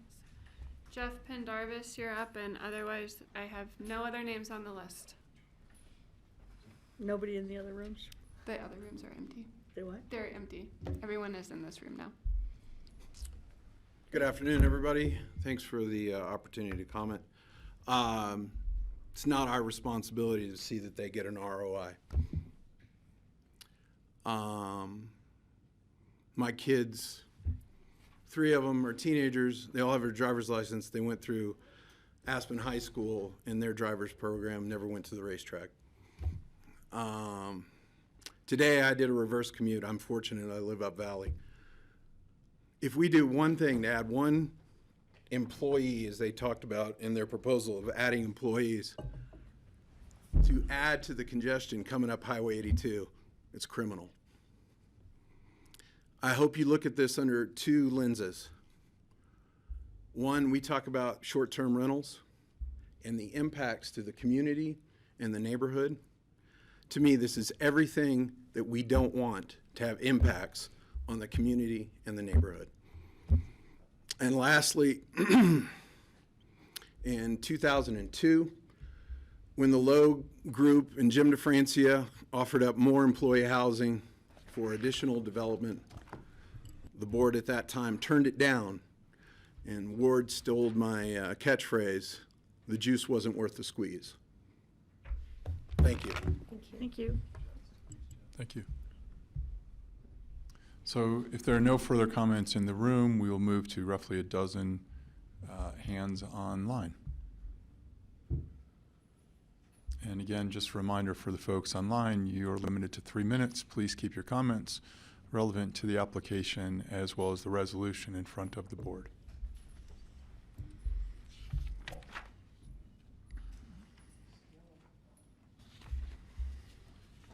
Okay.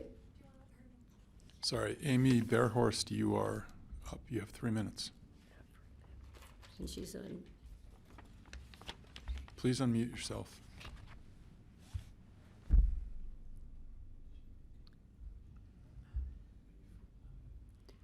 Amy, we cannot hear you in the room. Please unmute yourself.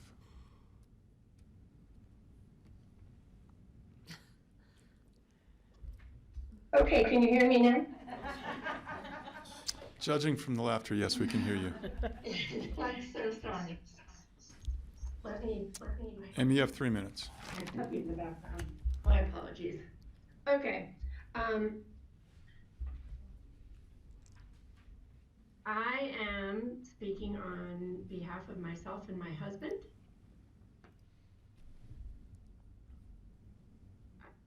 I'm just confirming. Can you still hear me? Yes, we can. Keep speaking, Okay. please. I'm sorry. My name is Amy Bearhorst. I have lived at 95 Upper Bullwinkle in the W/J neighborhood for over 20 years. I am also fifth generation in Roaring Fork Valley. I was born at Aspen Valley Hospital and have been a healthcare provider there for almost 30 years. I've seen a lot of changes to our community over my lifetime, and this proposal is not one that I can abide. The commercialization and expansion are not in the character of any neighborhood that I can think of in the Roaring Fork Valley. This place is our home, and we are fortunate to live in a neighborhood that provides peace, open air, community, wildlife, and easy access to a mountain lifestyle. I do not live here for exposure to heavier traffic, racetrack exhaust, or repeated event day disruption. You've heard from my next door neighbor, Nancy Pierce, who spoke to the noise impact we already feel with a small racetrack operation, and I'd like to speak to the impacts to air quality. A larger racetrack would bring more cars, trucks, trailers, idling engines, dust, and fumes, not to mention the likely impact of increased aircraft. These emissions do not stay inside the racetrack. They drift into the air our families breathe again and again every time there's an event. I also speak for the wildlife who have no voice here, but will also be continually exposed. For people with asthma, heart or lung conditions, children, and older neighbors, this is not an inconvenience, it is a health concern. And for the rest of us, it means watching the quiet character of our neighborhood slowly disappear. Our rural roads are already narrow and shared by families, walkers, cyclists, farm equipment, wildlife, and emergency vehicles, and adding large event traffic will bring more dust, more noise, more speeding risks, more delays, more road damage, and all of that is borne by the people who live here. Many have already spoken to the dangerous traffic concerns at Smith Hill and Highway 82, which will also be significantly impacted. I respect that some people enjoy racing, but the elite few members should not get a few days of entertainment per year while residents are left with the pollution, traffic, and lasting impacts. Please protect the people who live here every day. Protect our air, our roads, and the rural character of our neighborhood. The rural setting of Woody Creek is no place for an expanded racetrack. I ask, as our elected representatives, actually I implore, that you deny this proposal in its entirety without a continuance. Please wrap up your comments. Thank you. Thank you for your time, and I appreciate your representation. Thanks, Amy. Thanks, Amy.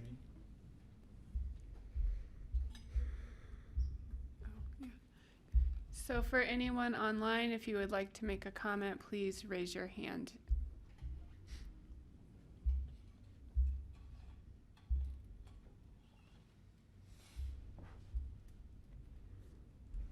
Final call for comments, both in the room and online. How do I get that thing off? How do I get it off? Had it done. Last call for comments either in the room or online. We were just back from New Orleans where they advertised last call about 3 times and continue to serve. So final last call for those either in the Last room call or for online. alcohol or for So I am closing the public comment and bringing it back to the board and beginning board discussion. No hands online? Excellent. Thank you. Looking for board discussion.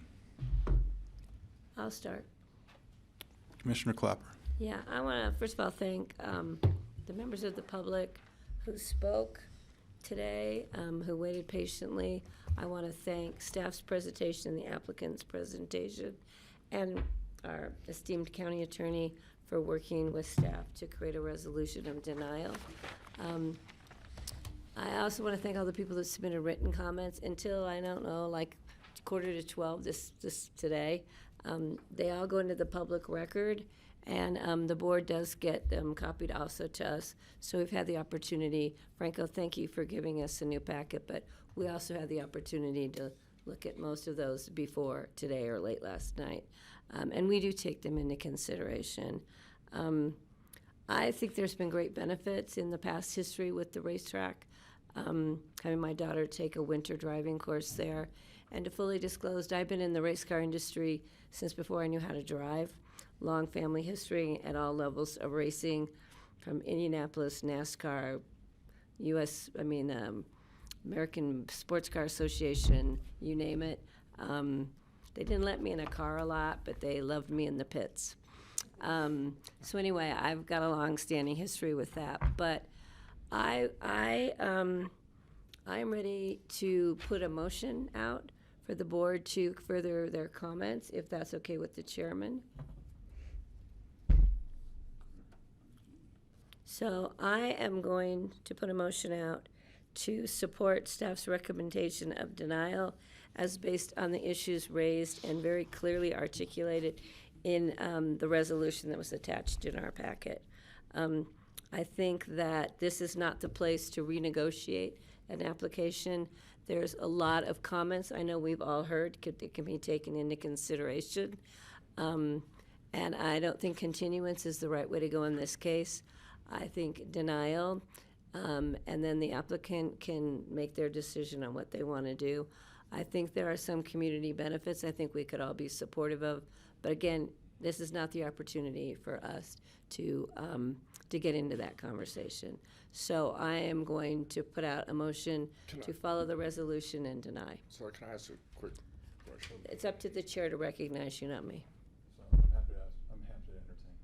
So this is a new process for us, and we're learning about it. So we understand that we've listened a lot here, and based on what Commissioner Clapper has said, I think the best step for us is probably just to withdraw our application, because then we can take what we've heard today and resubmit and, in essence, go through the appropriate process.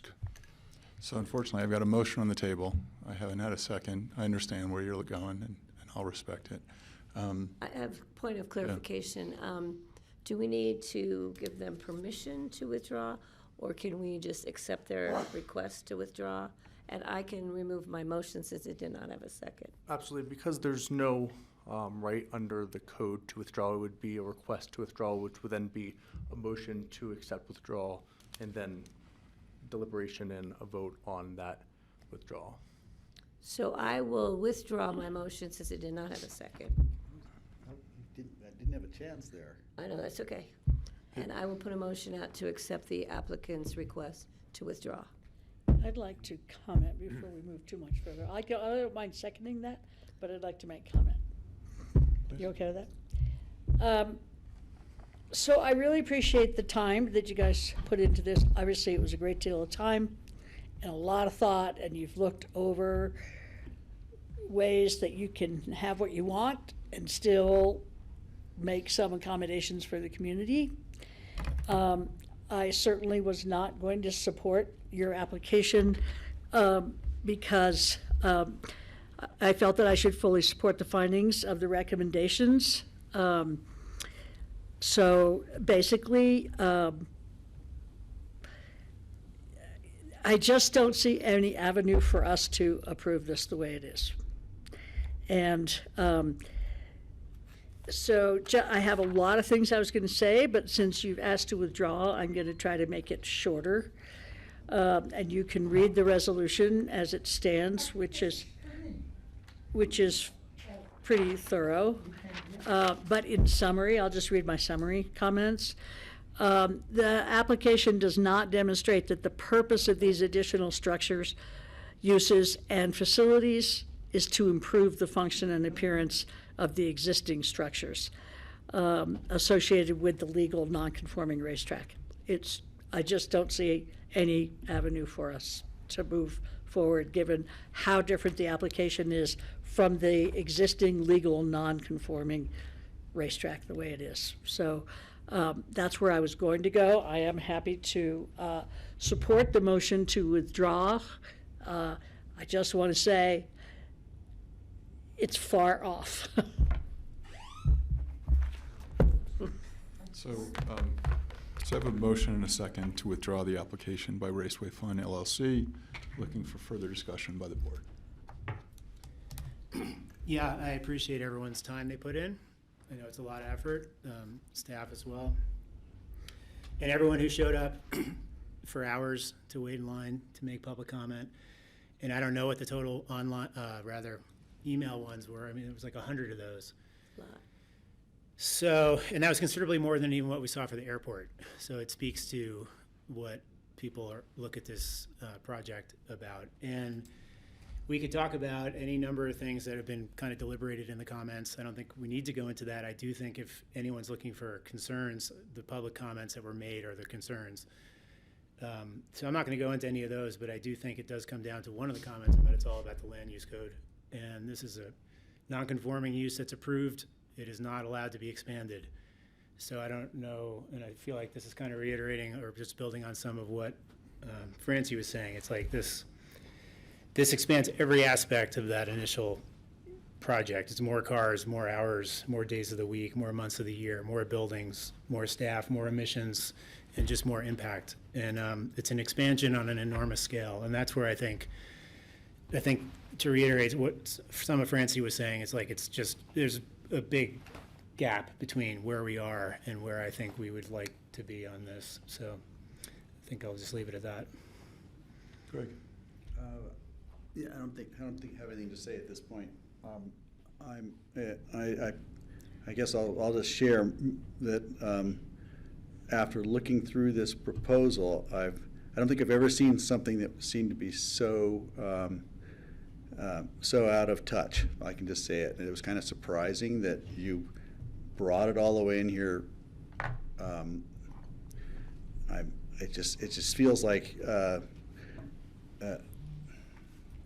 I don't think I need to add any more. There's a huge gap. I'll just share that, and I think you could have saved yourselves a lot of trouble and a lot of time for everyone involved. Perhaps if you had contemplated that before you did it. So good luck to you with whatever happens next. Further comments related to withdrawal of the application? I'm not taking public comment at this time. Public comments closed. Further comments by the board? The applicant? Yeah, I would just mention that we very much appreciate your time. I know that you don't necessarily have control over what comes onto your schedule.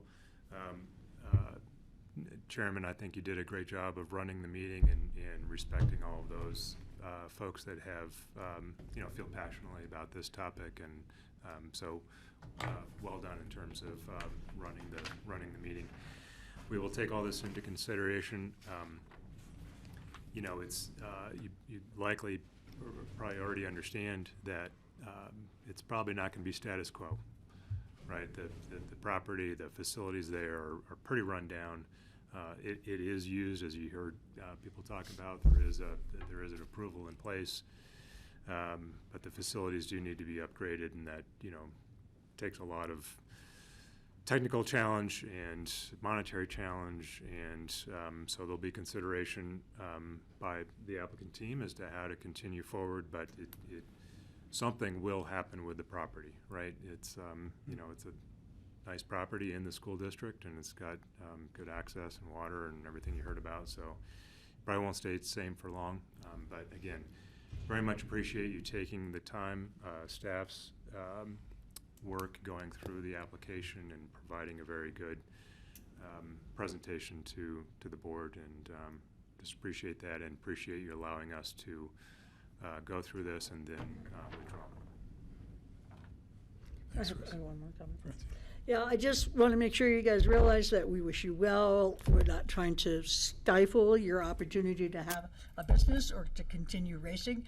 Neither shooting nor race cars are exactly my thing, but it doesn't mean I don't wish you guys well in moving forward. And I do appreciate the time you've put into it, but I do. It's so out of character right now. I just have to say it's way out of character for the community. So at this point, I have a motion and a second. The resolution is to withdraw from the Board of County Commissioners denying the combined Raceway Fund LLC application for restoration of expansion of non-conforming structure or use with significant changes. No, the Just motion complete is withdrawal. just to allow them the to application. withdraw. Perfect. Thank you. All those in favor? Aye. Aye. Aye. And thank you, Thank gentlemen. you. Thank you very much. Thank you, guys. We'll Thank take- you to everybody in We'll the take room. 5 minutes as we reset the room, and we will have open discussion. 2 minutes. 2 I have minutes one as we real reset the room. Can I have one real quick? Not to rush you. May I, in following up on Tony Kronberg's comment about Smith Hill, Tony Kronberg. Smith Hill Road. Yeah,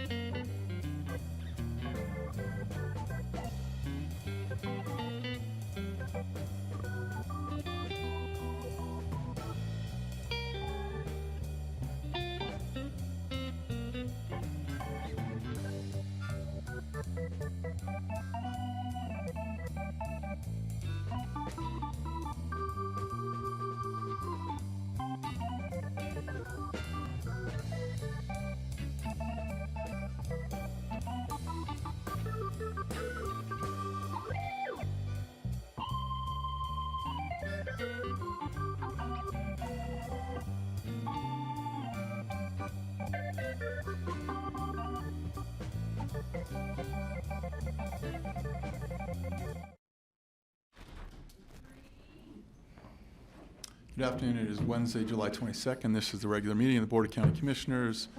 We just completed Raceway Fund LLC, and we are now on to the final item, which is open discussion. Members having open discussion. Smith Hill off Road. camera, she shut us off.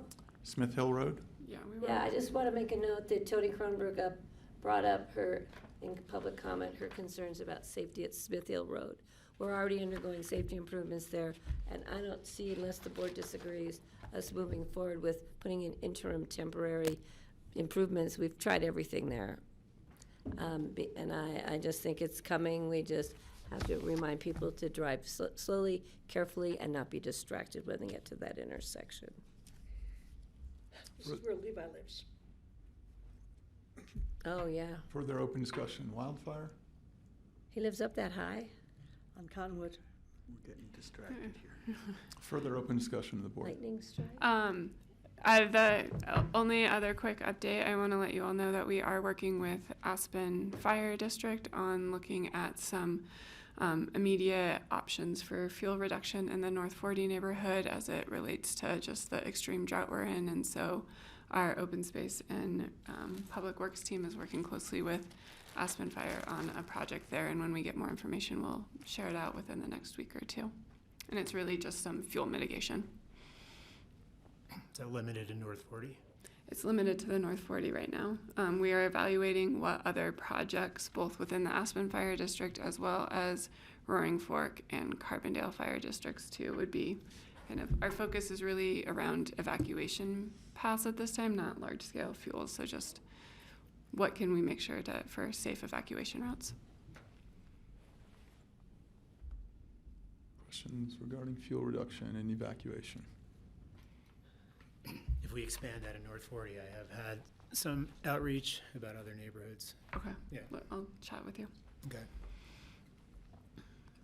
So, and we would love if there's other members of the board who've had other routes that they're looking for clearance, dead cottonwoods, et cetera. Can you go back to Kara, please? Greg? Yeah, just wanted to say, I had a meeting with the fire chief of Aspen, Jake, a couple days ago, and he pointed out with pride and to our satisfaction that they're doing a lot of fire mitigation on the base of Shadow Mountain. They've got a team in that is doing, clearing and thinning, and they're fast, they're really good, they're not cheap, but they're getting stuff done. They're actually working on and identifying areas that need to be addressed. And so I'm hoping we can work with them any way we can to keep going on that. They've got I really liked what I saw from the fire chief, and he's so committed to it. And I think now hopefully we can all we can work together and get some of these problem areas taken care of.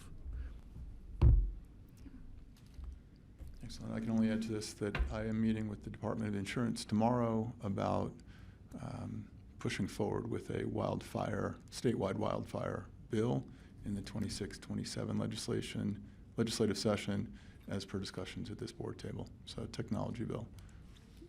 Good job. Thanks. Patty, any open discussion? Seeing one more. Friday CCI, our upcoming legislative talk. I don't know if we need to coordinate. I guess we could talk about it, but yeah. All right.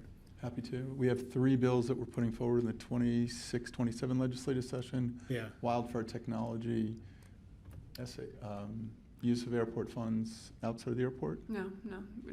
It is SAF, blank. the No, RET, it's not a RET, CCI. RET, or, 123. and then mobile home park. Prop 123. No mobile home park regulation changes. The timing.